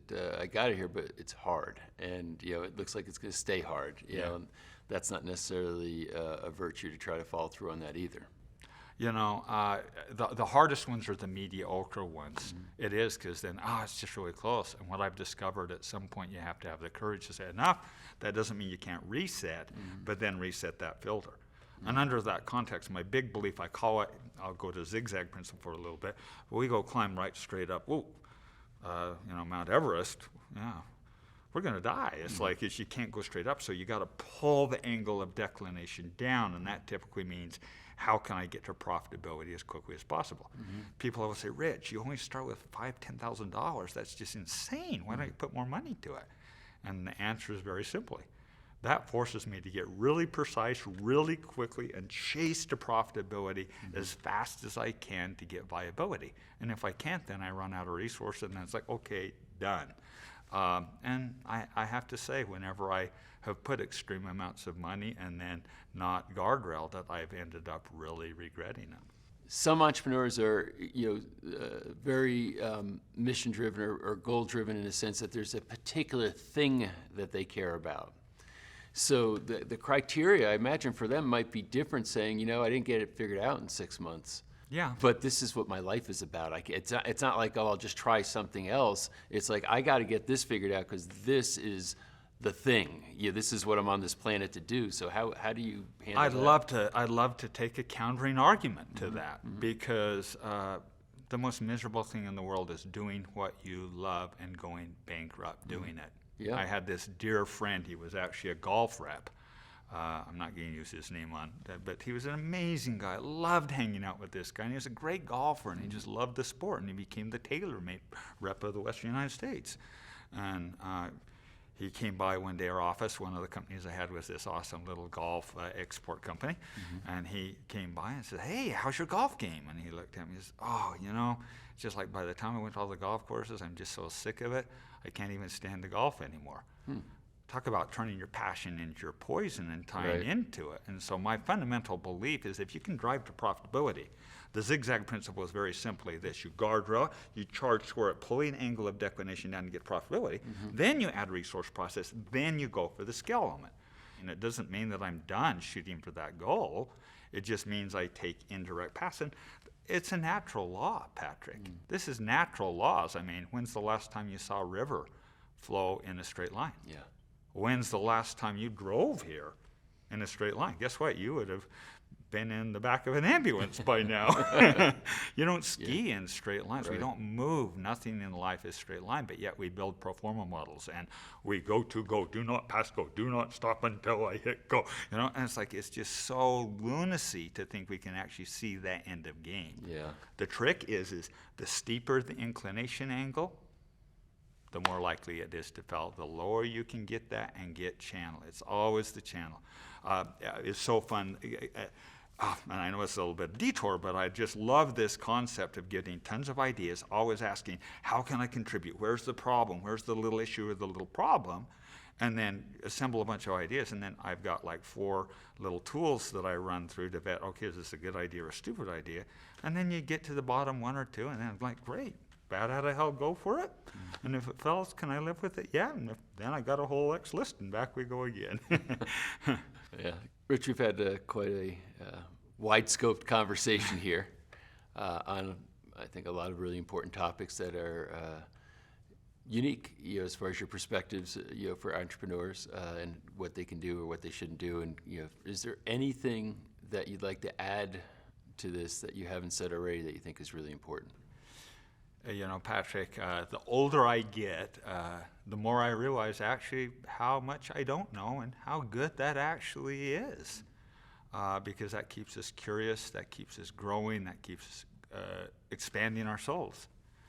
And I love the quote of Mark Twain. When I was 17 years old, I was just, my old man was the stupidest man on the planet. And by the time I was 24, I was just surprised at how much he had learned. And it's a little bit like that when you're a young entrepreneur. You have all the answers, and I thought that I did too. And maybe there's joy in asking the questions and looking new approaches. But the one thing I can say definitively, just dead definitively, is the joy comes in the game and the experience and expansion of the soul. And the jam is not having the multi-million-dollar business or the accolades. And to go back to the metaphor of the first mountain, it's hollow. I've never once spoke to anyone. You need climate, but just realize it's not the end of the game. Right.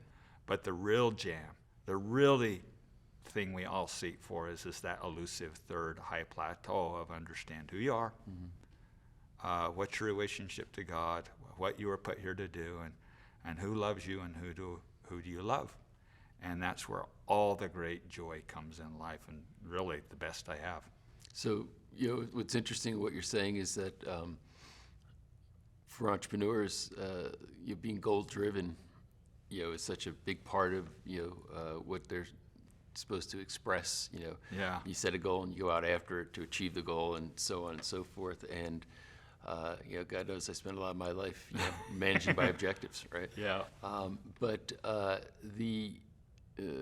is the message in essence, hey, it's the journey, not the destination of the goal? It's so trite, and you've heard it so many times, but until you taste it and smell it. Yeah. And I've tasted it, I've smelled it now, and what they were saying is actually true. Yeah. It really is true. It is about the journey, not the destination. Yeah. And we've just got to savor every second of it, because, man, it is short and it is amazing, and just bolt onto the roller coaster and ride it, because it's just joyful.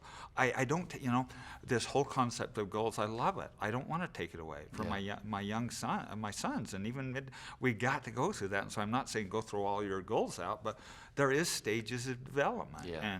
And I don't mean that in a bad way, but at some point, goals don't fully serve you, the mechanical part of it. Yeah, very, very interesting. And I guess sometimes those trite old sayings are around for a reason, right? And it's almost the Mark Twain quote, that sounds like a stupid thing, when you're back as a young entrepreneur and you get older and you say, wow, that's a really pretty insightful orientation. Well, we both light. We both laugh, and our eyes both light, and we know that there's truth to it. Deep truth. The older, nearly everything that my mentors taught me, I mean, there was times I thought, that doesn't apply. Thanks so much, I'll be courteous. But nearly every single thing that the old dude said, I wish I would have doubled down on it. Yeah, my mentor was Nathaniel Brandon, and he was a mentor to myself and one of my best friends, John Butcher. And when he was 80 and we were 50, John asked him a really good question. He said, Nathaniel, what would you tell your 50-year-old self? Come on, give us some stuff. He's going. Yeah, John said to him, tell us what would you go back and tell your 50-year-old self? And he said something, several things, but one was very profound. He said, I wish I had found out earlier in life that leisure is a valid human activity, which I think he spoke to. And incidentally, Nathaniel, who was very precise with words, most precise human being with words, because he understood how important that was, he didn't say leisure is a good idea, it's a good idea to take. He said it's a valid human activity, which has different implications. But now if I take Rich today, and now you're going to go back and talk to 30-year-old Rich. Yeah. What are you going to tell him? I actually wouldn't tell him to change a lot. I'd say you got it right, and it's okay. And I was frustrated for a period. Why didn't I figure out this when I was 30? I wasn't prepared. I was still on first and second mountain. And it's like, I don't know that I would tell and change a lot now with my life. I know that's not maybe the popular answer, but it's like, it's perfect. It's all perfect. And as Scott always says, this stuff isn't that serious. It's like laugh more, cry less, you know? Yeah. We just got to laugh more, cry less, and travel, taste, touch. And I already live kind of big, but I think sitting in, here's what I'd tell myself. Sit in the pauses. Get clarity in the pauses. Enjoy the pauses. Just enjoy the pauses. Whether it's in your breath, the clarity doesn't come as it comes in the pause. Yeah. Zigzag Principle was written in a pause. The whole thing, nose to toes, while I was climbing with my kids in Mount Everest for a month and a half. Oh. The whole thing. Okay, would that ever happen if I was jittering around, moving, motion, moving? No. So I think just more pauses. I mean, I think if I'd had this pause, and it's amazing now as I'm in flow, because my life is now this. It just blows my mind, Patrick, on what happens and who shows up, how it comes together. It's not forced. Connections everywhere. We talked about 3 out in the lobby this morning. Right. Totally random. You can't make it up. I had a dear friend I connected with a year ago. He comes out to Salt Lake City, flying back. I go to Omaha, meet with someone, walks into New York City, 10 million people, and he walks into his office the following day. And what is that? That's flow and impact. Alan used to always talk about that through this beautiful prosperity equation. How when you get to this point, consecrate everything you have after you've secured your life, consecrate to doing good, privately doing good, and don't take credit for it. Then what happens is God just starts giving you all the moving parts. To quote the Christian theology, is he who is given 10 talents will be given more. And so use your little coins wisely, little 5-year-old.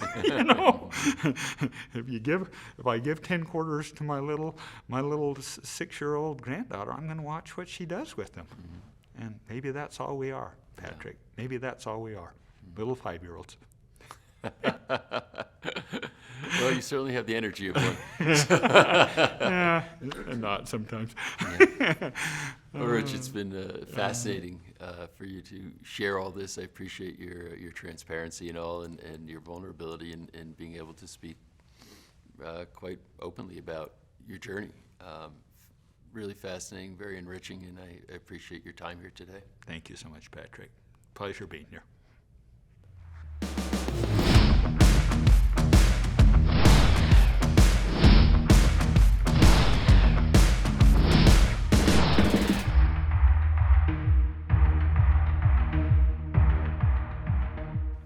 John, I'm really happy to meet you, and thanks so much for doing this interview with me. I've been looking forward to this all week. Awesome. Well, then let's jump in. Tell me about your background. What was your career trajectory like before we talk about your family and how you do life today? Yeah, I smile because it's interesting and usually raises some attention when I sell. I tell people I started off dealing knives, and I'm 18 years old. I get a job working for Cutco Kitchen Cutlery, if you know this company, where I have some of their knives. Sales. Yeah. And it was like all my friends thought I was insane for landing this summer job, which turned out to be a 14-year career. Wow. And what was really cool that I learned about myself and my mission and what really makes me come alive and tapping into my strengths was that I ended up in a position where I was motivating, 80,000 sales reps, 400 offices. I was an incentives manager. I was a promotions manager. So I would host these big events and I would take people on big trips. And my job was to help people come alive with their work and to make these incredible moments possible for people at these events that would ignite them inside and allow them to want to go out and invite them to go out and work towards their dreams. That job ultimately led me into starting a charity called Front Row Foundation, where we help kids and adults who have a life-threatening illness to go experience the live event of their dreams from the front row. And I just utilized all the professional skills of organizing events and being a moment maker, for other people. I utilized that for the charity. that transformed into writing books about that and speaking about living life in the front row, and teaching people everything you can learn about living life from those who are fighting for it. Yeah. What are all the lessons that come from serving people that are facing tremendous challenges in their life, and how they go about approaching every day and every moment. And that then led to doing the same thing, but for fathers, helping fathers to get close to their families, to step up, to engage, to be moment makers at home and not just for the rest of the world. Wow, well, that's quite an evolution of experience. I had no idea that Cutco had, did you say 80,000 reps? At the time, and I don't know their statistics now because it's been over a decade since I've been with that company, but at the time they were the largest recruiter of college students in the country.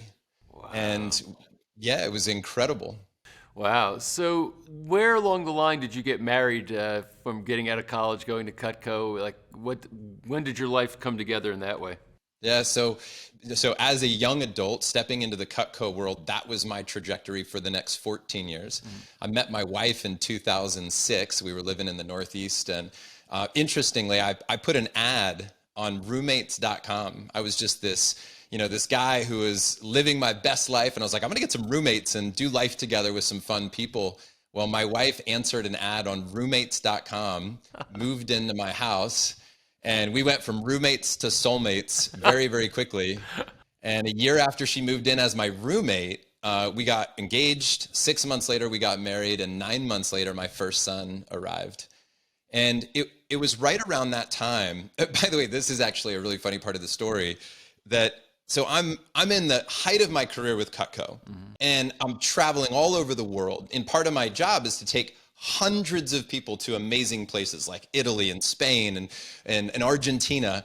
And so I meet my wife, and I'm like, oh, by the way, I've got to go do this, site visit in Hawaii. And they're flying me in helicopters and putting me in presidential suites and, dining me at the best restaurants. And, this is how we meet. This is how we're dating. And then right around that time that I'm ready to commit to her, I'm also having this personal evolution in myself about what I want to be in my life, what I want to do, how I want to serve. So I ask her to marry me. And then I proceed to say, and by the way, I'm going to leave that job and go be an entrepreneur. And basically what's coming over the next couple of years is I'm going to spend all of our money trying to launch a business, and we're going to struggle together in a real big way. But luckily that business did take off right when I thought the plane was going to crash. It caught air, and we now are in a very different place, but it was a rough couple years. Well, let's talk about that, because that's a critical part of what we need to understand here.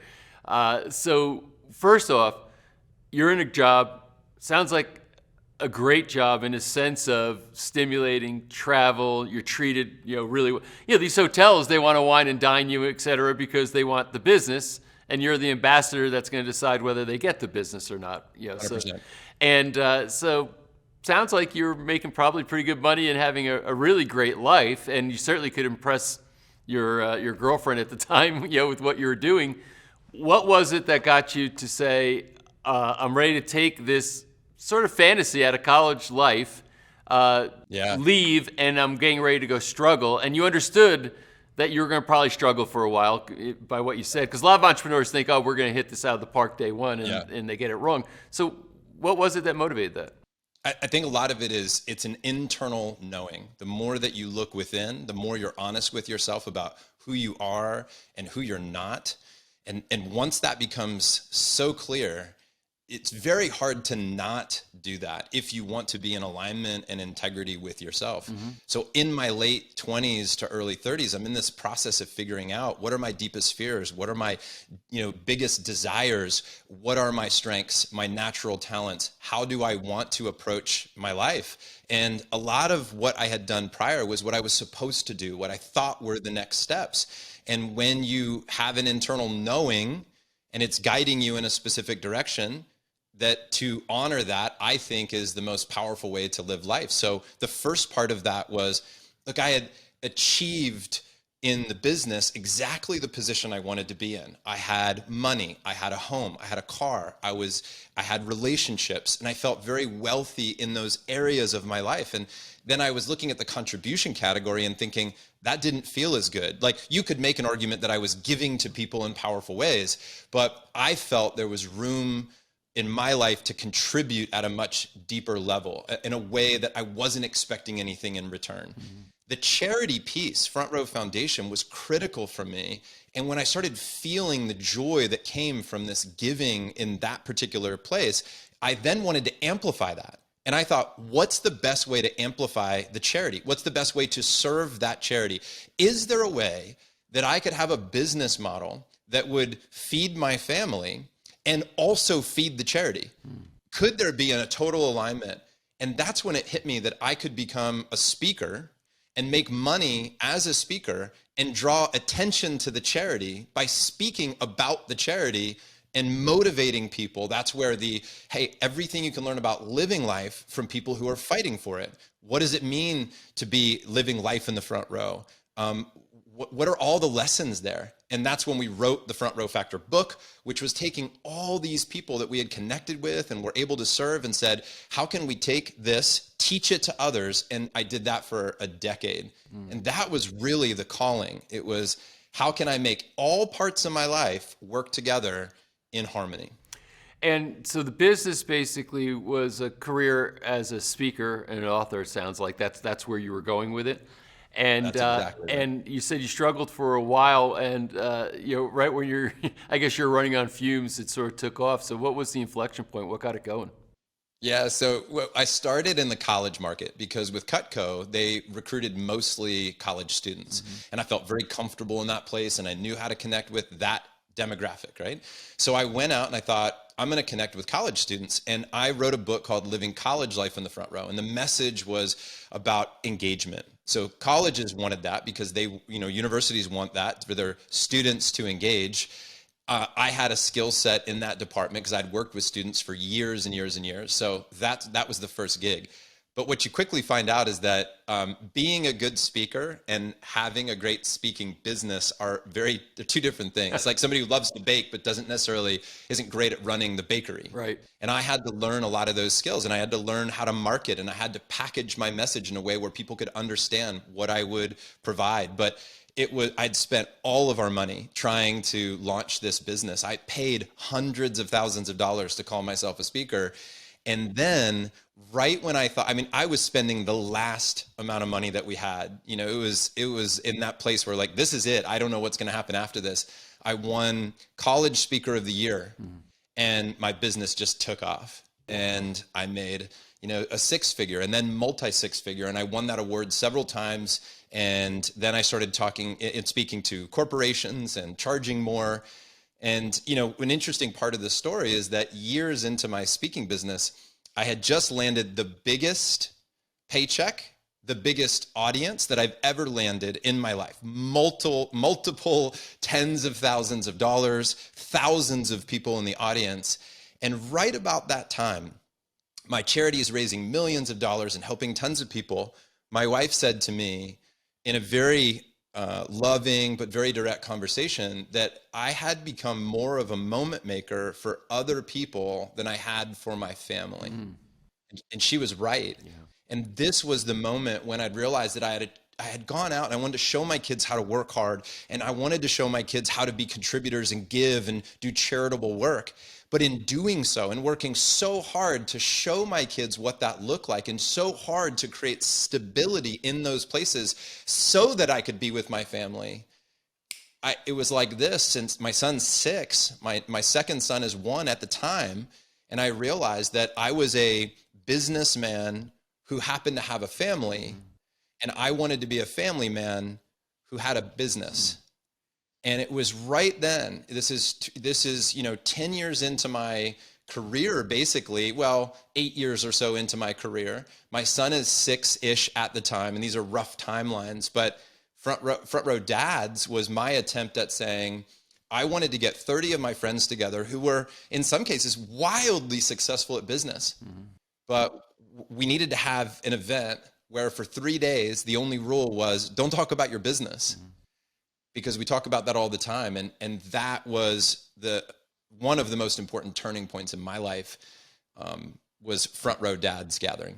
This is an important conversation because entrepreneurs, I do think, get possessed and obsessed with their businesses, and sometimes necessarily so, because you might say when you were struggling and you're on your last dollars, your attention's there because you're wanting to feed your family, take care of things, etc.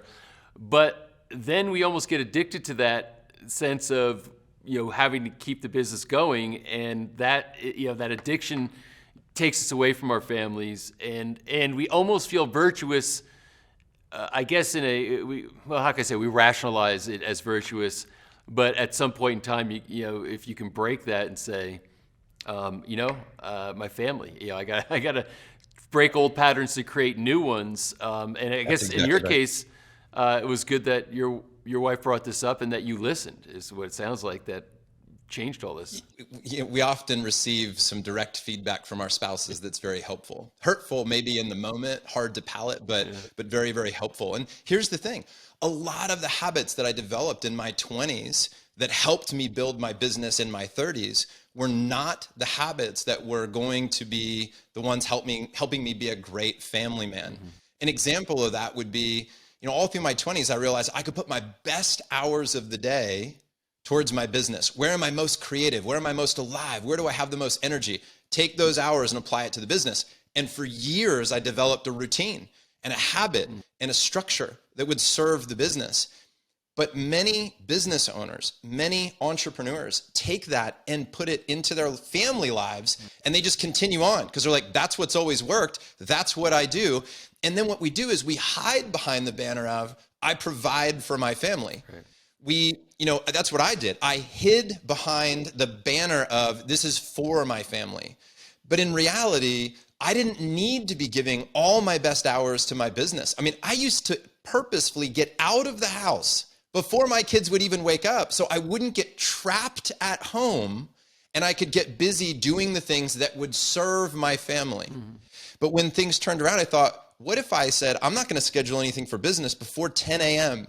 and my morning hours, my best hours, I'm going to give to my kids. What would life look like? And rather than structuring a business so it would grow and then asking, how do I fit my family in there?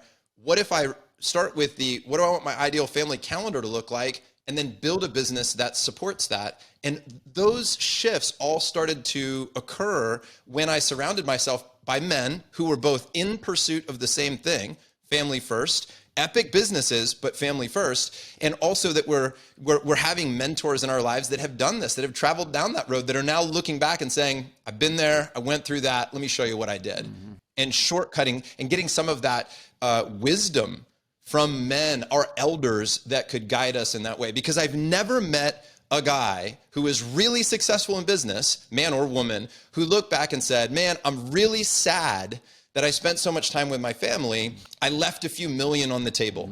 Yeah. But I have met countless people who are still apologizing to their children for not being present when they were younger and losing themselves to their business. And that's the thing that we didn't want to see happen to this group, this community of Front Row Dads. It's interesting, and maybe you can highlight a little bit more on this. You talked about, obviously, your own shift and what you decided to do. How important was it to create a community of other dads like you that had a common goal? Was accountability a part of that? And then, of course, the mentor side of it too, something to look toward to get some wisdom from the future. So how much of a role does that all play in being able to manifest this? For me personally, I'm a relationship person in every category of my life. So that's a very natural place for me to go. Mm-hmm. But when you look at how not everybody, let me say this. When I look within myself and I look around, I see people that want to excel at something. They change their community, they hire the right coaches, they surround themselves with the right people. It's why we constantly hear people say, you're an average of the 5 people that you surround yourself with, right? And that's why that's said countless times and repeated, and we know that we thrive in community. I love the idea that community is the greatest survival tool. I don't want to do this journey alone. Yes, I want to have sovereignty. I want to have independence. Yes, I'd like to be able to know that I can, within myself, move something forward. I can create. I can go into the wilderness on my own and survive. That's great. I would much rather do this in with a community. My business too. I want to, my friend John Berghoff always says, build a boat and bring your friends. Yeah. And that's what we want to do. We want to create this experience together, because the other part of it, and we talk about this in coaching, right? You can't see the label from inside the bottle, or why, you can't see your own golf swing, or whatever examples you want to use. This is a blind spot, opportunity for men to come together and say, I'm going to do life with you so that you can help me to see my blind spots. And then we create this container. And one of the most important pieces of it is that we need to find a way to be safe. We know this in business, we know this in families, we know this in spiritual communities, or wherever you might look and see people gathering. How do you create safety so that somebody can be themselves and be supported in their journey, where they are and where they want to go, and accepted for their humanity?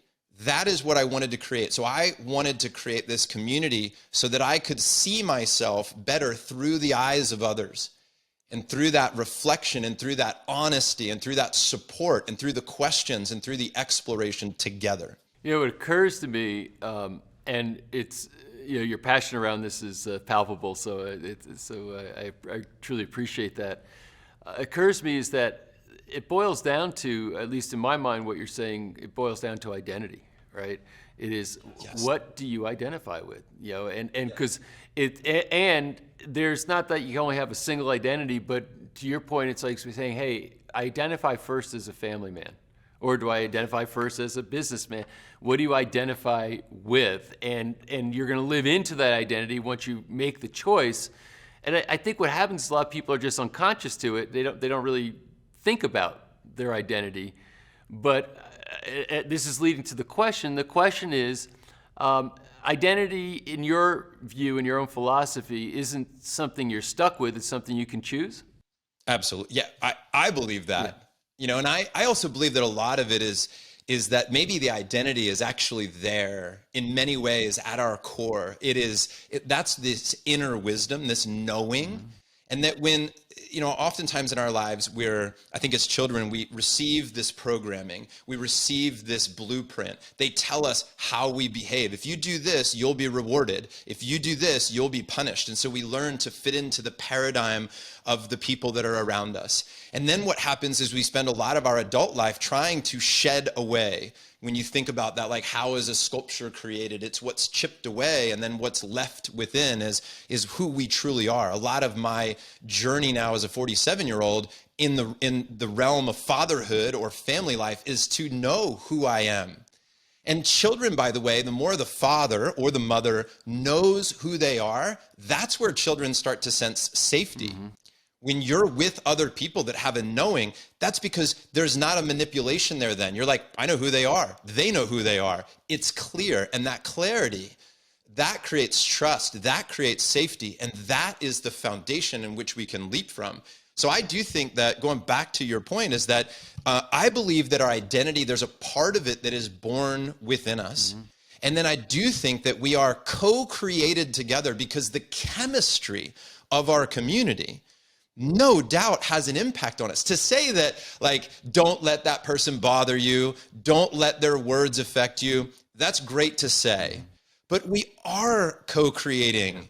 We are affected by people's energy, vibration, words, actions, all of that. And that's why one of our values in Front Row Dads is what we call 7G impact. We talk about how the decisions we make today impact people for 7 generations. When you are ingesting food, the food that you put into your body, what's happening at a cellular level, and then you reproduce, you are shifting, maybe ever so slightly, but you are altering the course, right, of generations to come because of the decisions that we make today. So a lot of it is, who do I want to be and who am I really at my core? I think both are present.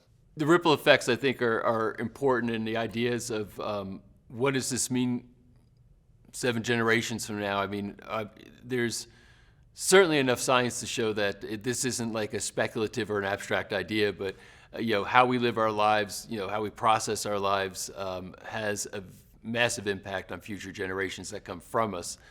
No two ways about that. So I think it's admirable that when you get together a group of people who have that consideration. One of the challenges I think of being an entrepreneur is, people used to say to me, one of my companies, "Oh, it must be great what you do, traveling around lecturing all over, running this big company, what have you." And I say, let me tell you what my life is like. I come into the office every day. I sit down, and my assistant puts a bowl in front of me, and pretty much every day it's a bowl of shit. And the only question is, how much shit am I going to eat today, right? But every once in a while, it's a nice bowl of cherries. That's just the experience. But we can get preoccupied with all the crap of the day, if you will, and not really have. We start to lose a future vision, we start to lose purpose, we start to lose a lot of things. And then, of course, if you're not spending time with your family, not parenting your children, not doing all the things that you were describing earlier, that also has a degenerative effect. So, I'm leading a question here, and it's this. A lot of mentors, I believe, misguidedly tell budding entrepreneurs that success requires sacrifice. I know that's what happened to me for a lot of years. So every time I wanted to grow or become more successful, I was looking for what to sacrifice. And until the pain got so bad, I figured I had to figure out a different way. In your case, you're really making the argument, and I think a very compelling argument, saying that being an entrepreneur is having it all. Being an entrepreneur is having good physical health, is having a great relationship with a spouse, and being a fulfilled parent, and all these things. So tell me about your view relative to the full experience of the entrepreneur, what's possible for them, and then maybe some of the ways. I mean, you already described some of the ways as far as creating a peer group, looking for mentors, but any other things that you might recommend to people saying, "Hey, I'm an entrepreneur in pain right now, and I'm also struggling financially." It might be a little easier when you got a bunch of money in the bank and you got a more matured business that's that you've got people in place, etc. But maybe I'm a solopreneur. I got just a few people. I've got a wife and kids, and I'm running ragged, trying to make ends meet. How do I create what you're describing when my predicament seems very challenged? Yeah, it's a great question, and I'm just taking a moment to feel into this, because this is part of the answer to me. My experience of creating the life that you want with the cards that you've been dealt is about being present enough in the moment to be able to respond with agility to make the decision right now that needs to be made. And I believe that most people struggle with this. Let me speak for myself. I have struggled with this when I am numb, when I am unconscious, when I'm so busy, when the noise is so great that I can't hear the direction that I'm receiving from within. And I think that we have become disconnected, to our bodies and the wisdom of what is the knowing in this decision. I need to move this way. We can intelligently look at data. We can try to be objective and logical, and all of that is wonderful. The piece of it that I think most people that I've seen, that I've witnessed, and what I have felt in myself, that where I make the greatest progress is when I have an inner knowing, where I have tapped in and closed my eyes, put my hands on my chest, breathed deeply, and asked, how do I feel about this? And then to honor those feelings. And what I've noticed is that I have made some of the worst decisions in my life because I ignored the voice from within. I dismissed myself. And through doing so, I allow others to be dismissive of me. When I have found boundaries, when I have found strength in community, it is mostly because I found that strength within first. I knew my yeses and my nos and my boundaries from within, and all of a sudden, my business shifted. All of a sudden, my relationship with my spouse shifts. All of a sudden, my relationship with my children is shifting.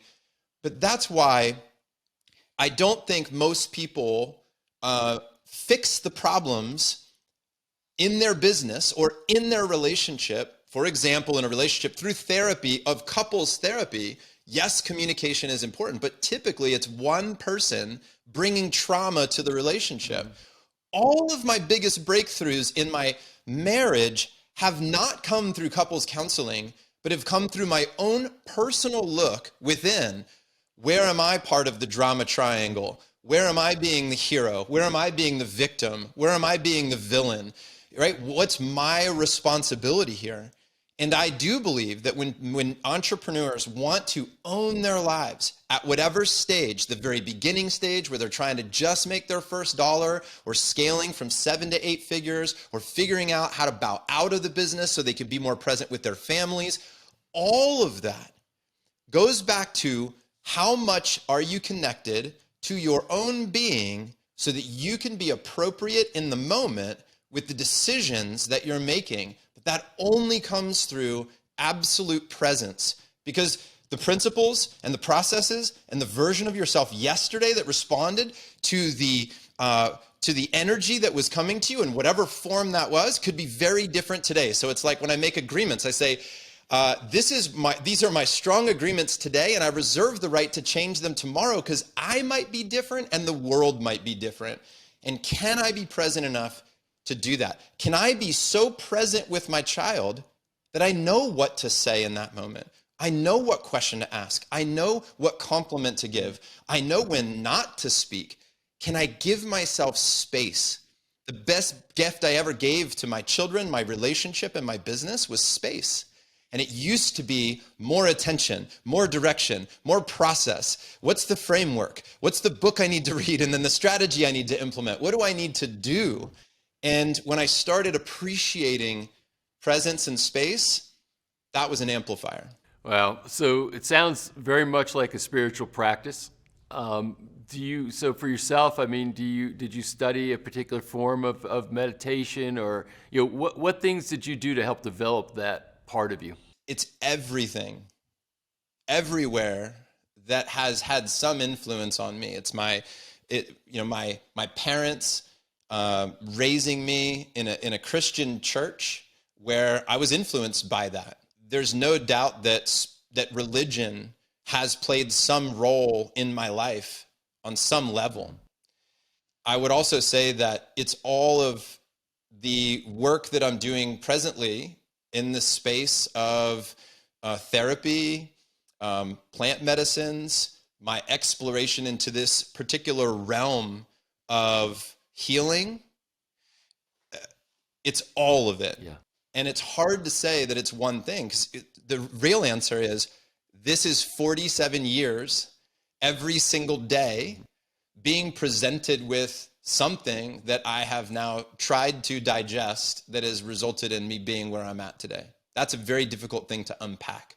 I think you just did a brilliant job at it. It's because I think the understanding is that there's not a silver bullet, to that particular part. It is a composite or a mosaic, of varying things, and I think that's a really great answer. Even though it's not like somebody's going to say, "Oh, I'm going to go run and do this," it's just understanding. I've got multiple considerations. It reminds me of what Einstein said once. He said, "Make things as simple as possible, just not simpler." And you can't oversimplify that an answer to that question and have it be meaningful. So that was great. Yeah. There's something, as we're talking maybe in spiritual terms, there's something a bit sacred or very sacred about the work you're doing with these people who are facing their mortality, right? And I'm just wondering what put you on that particular mission. Like, how did you say there's people out there, they're facing their own mortality, and I have a special expertise in creating moments for people, and I want to dedicate some of my life to creating moments for those people. How did you get there? Well, if I'm connecting dots now, looking back, one part of this was, it started at a Jason Mraz concert, actually, where I'm in Philadelphia and Jason's playing and I'm in the very back row, and I look to the front, and the first aha moment was how different life could be for people in the same room. You have some people at a concert that are checked out. They're not dancing, they're not singing, they're not present, they're somewhere else. There's another group of people that are completely present, experiencing the highest of highs, singing along. And I just looked at this and I thought, life is very different from the front row to the back row, and how we could, thinking in metaphors of like, how do we get in proximity of the people, places, thoughts, and things that make us come alive? Like, what does it look like to get close to the people that make you come alive? The other thing that I was noticing in that moment was that we hear a lot in our society about, like, I don't want to be on the sidelines, I want to be in the game. And we almost insult people for watching, right? And, I don't want to be on the sideline, I want to be in the game. And I thought, well, what's also great is when you're on the sideline cheering someone on, you're giving them room to be the star. You're giving them a chance to play the game. You're giving them a chance to shine and showcase their talent, and you're acknowledging them. You're giving them energy back. And you could make an argument that when you're in the front row, you are giving energy to that person, because for them, how great would it be to play to an empty crowd? Would it be different? Are you part of the experience when you are loving someone else and supporting them? As a parent, you are on the sidelines at times, letting your child be the star. Right.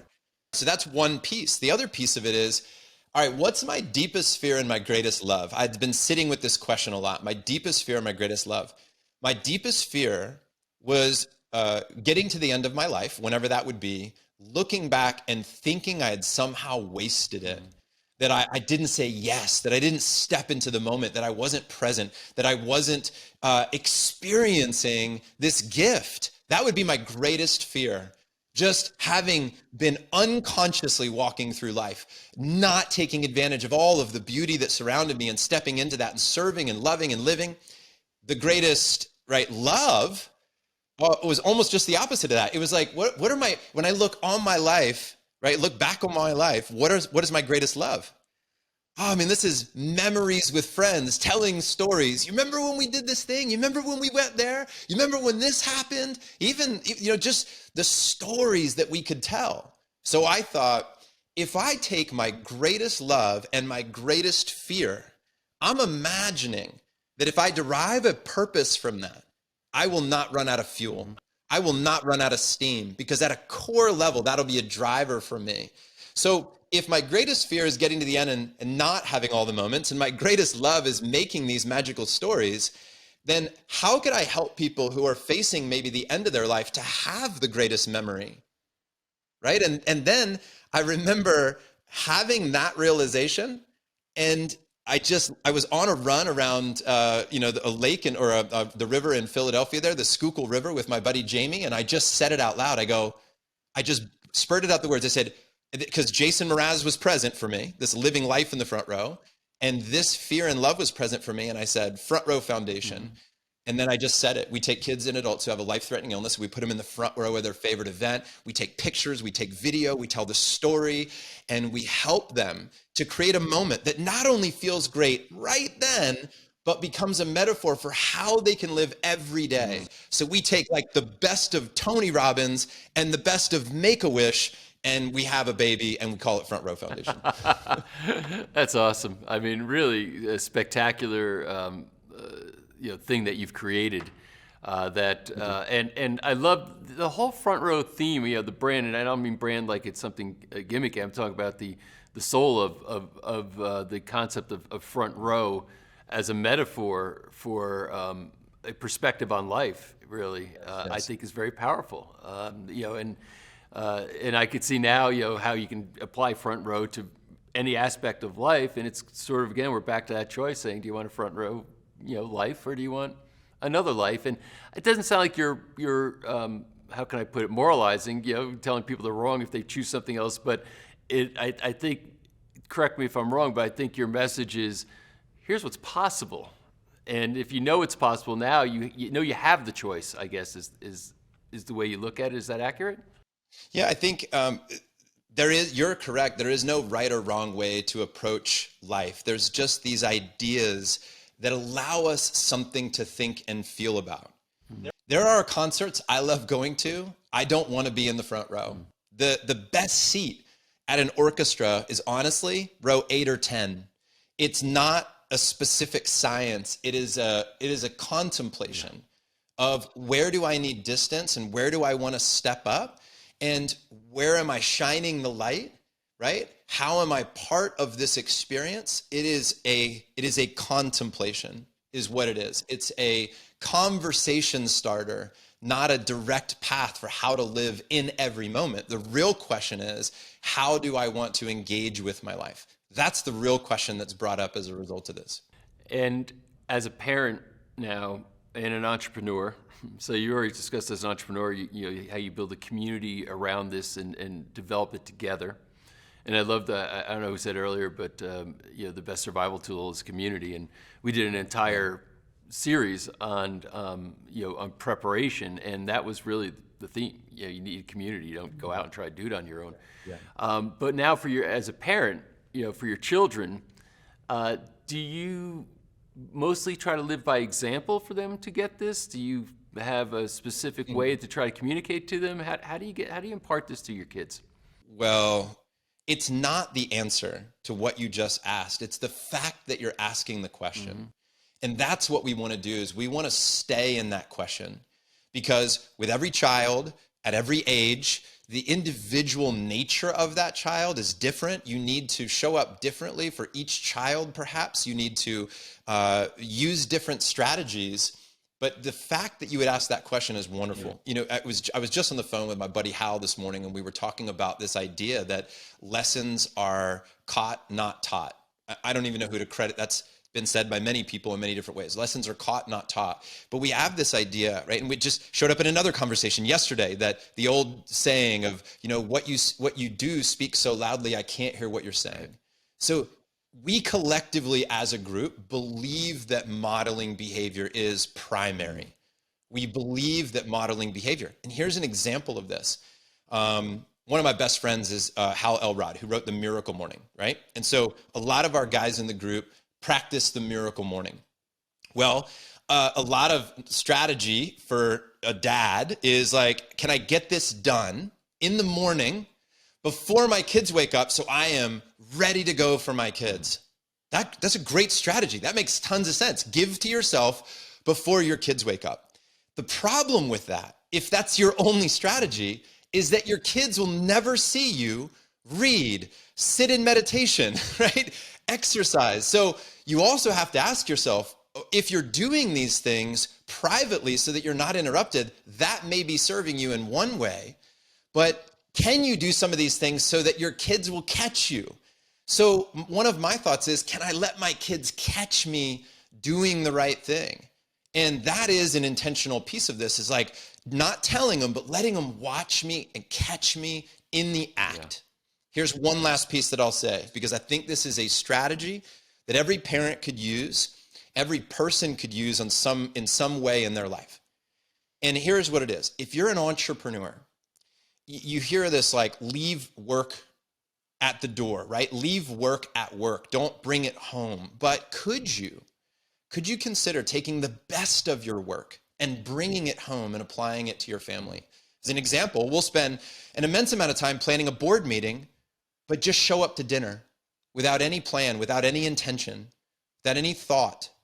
Then you just sit down, eat. Hey, how was your day? But zero intention. We'll spend time planning out our team meetings, but not our family vacations. We will time block religiously for the work, but not for our family. Can we take the best principles from work and apply it at home? And here's one way that I did this a couple years ago, and it's been very powerful, and this is actionable. You know, at work, I would always be thinking about, how do I recognize people at a team meeting? How do I call on this person and that person and recognize them for this work and that work? And how do we shine the light and give an award here? But at home, we weren't doing that. We weren't catching our kids doing the right thing. So I thought, I love to take pictures. I take pictures all the time. I've got this couple $100 printer sitting right in front of me, and I've got this 4x6 paper that I could literally print a picture in 30 seconds. I'm going to write a note on the back of that picture, and I'm going to call out my children's strength. And I'm going to give them a picture of, like, you know, my son doing karate for the first time. And I'll say, I'm so impressed by the courage that you have to try new things. And I'll date the picture and I'll give it to them. I'll put it in an album and I'll just do this throughout the year. And presently I have hundreds of these pictures over the last couple years of catching my children in these moments, writing a quick note on the back, which calls out a strength or a skill or an effort that they put in order to recognize them. And then I was not only doing that for my kids, and I was doing it at the dinner table in front of my wife. So my wife's like, I didn't even know that, or I didn't see that, or she could see my children through my lens. It was helping her to see the brilliance within them. But then I thought, why am I not doing this for my wife? So I started taking pictures of my wife, engaging with the kids, cooking an amazing meal, serving the community. And I'd write her a note, and then I'd read her the note in front of the kids. And the kids would now start to see mom in a new light.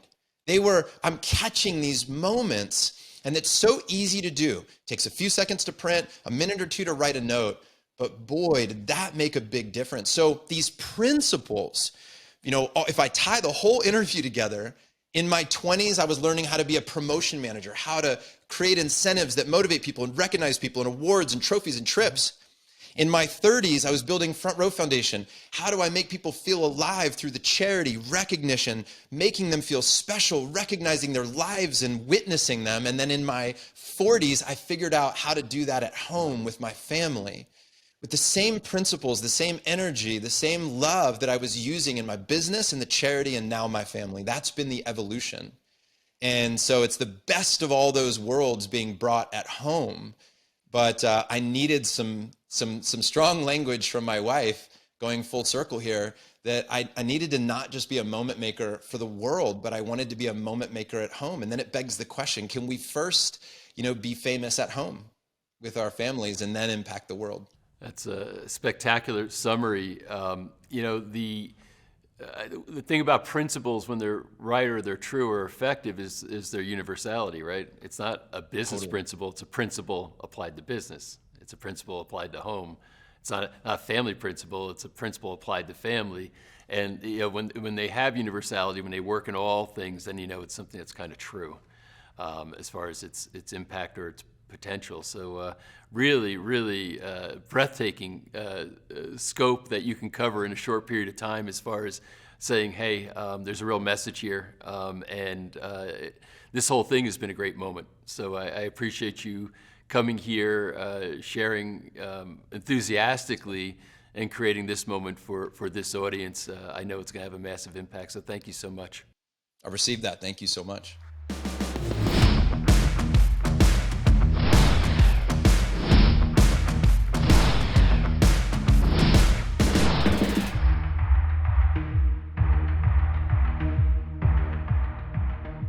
Well, that completes episode 6. Thanks so much for being here. Really enjoyed this journey with you. This stuff matters. This is the stuff that, if you really act on it, can make a very big difference in your life. And the impact can be pretty immediate, too. So we're about 2/3 of the way through or so right now, but let's keep going and finish strong. Again, thanks for being here. I'll see you in episode 7. Purpose in and of itself, A, without the will to actually move on it, or B, without a direction from which it comes or where it's going to, doesn't really mean much. Someone could understand that their purpose is to feed the homeless, but if they don't actually move and take action to do that, then what was the point? And if the pursuit of purpose actually pulls them away from having a living experience in their life, then what was the point too? Purpose isn't something that I feel we only have one of, because to say we only have one purpose that lasts for the entirety of our life is to limit infinite possibility. So 2007, we were bankrupt. 2011, in our first year of eligibility, we were the 21st fastest growing company in the country. In the early days of a business, yes, you have to sacrifice and hustle, and there's a lot of things that you have to do, but you don't have to carry those behaviors into growing a team, growing a company, having a large organization. In fact, when you let go of those behaviors, that's how you grow a team faster. That's how you grow a real business in the fastest way. If you even have the thought that you should be doing this, then the answer is absolutely yes, and the world needs us as entrepreneurs more than it ever has. But after time, I noticed a pattern. that there's actually a particular psychology to entrepreneurs that makes them equipped to do the remarkable work that they do in the world, but also it makes their mental health a little more complicated. The things that drive entrepreneurs to do remarkable things are also the things that hold them back and that cause the most amount of struggling and suffering. Are you driven by fear or by love? And how can you begin to shift your orientation from fear to love? Because if we're driven by fear, we'll sacrifice what really matters most.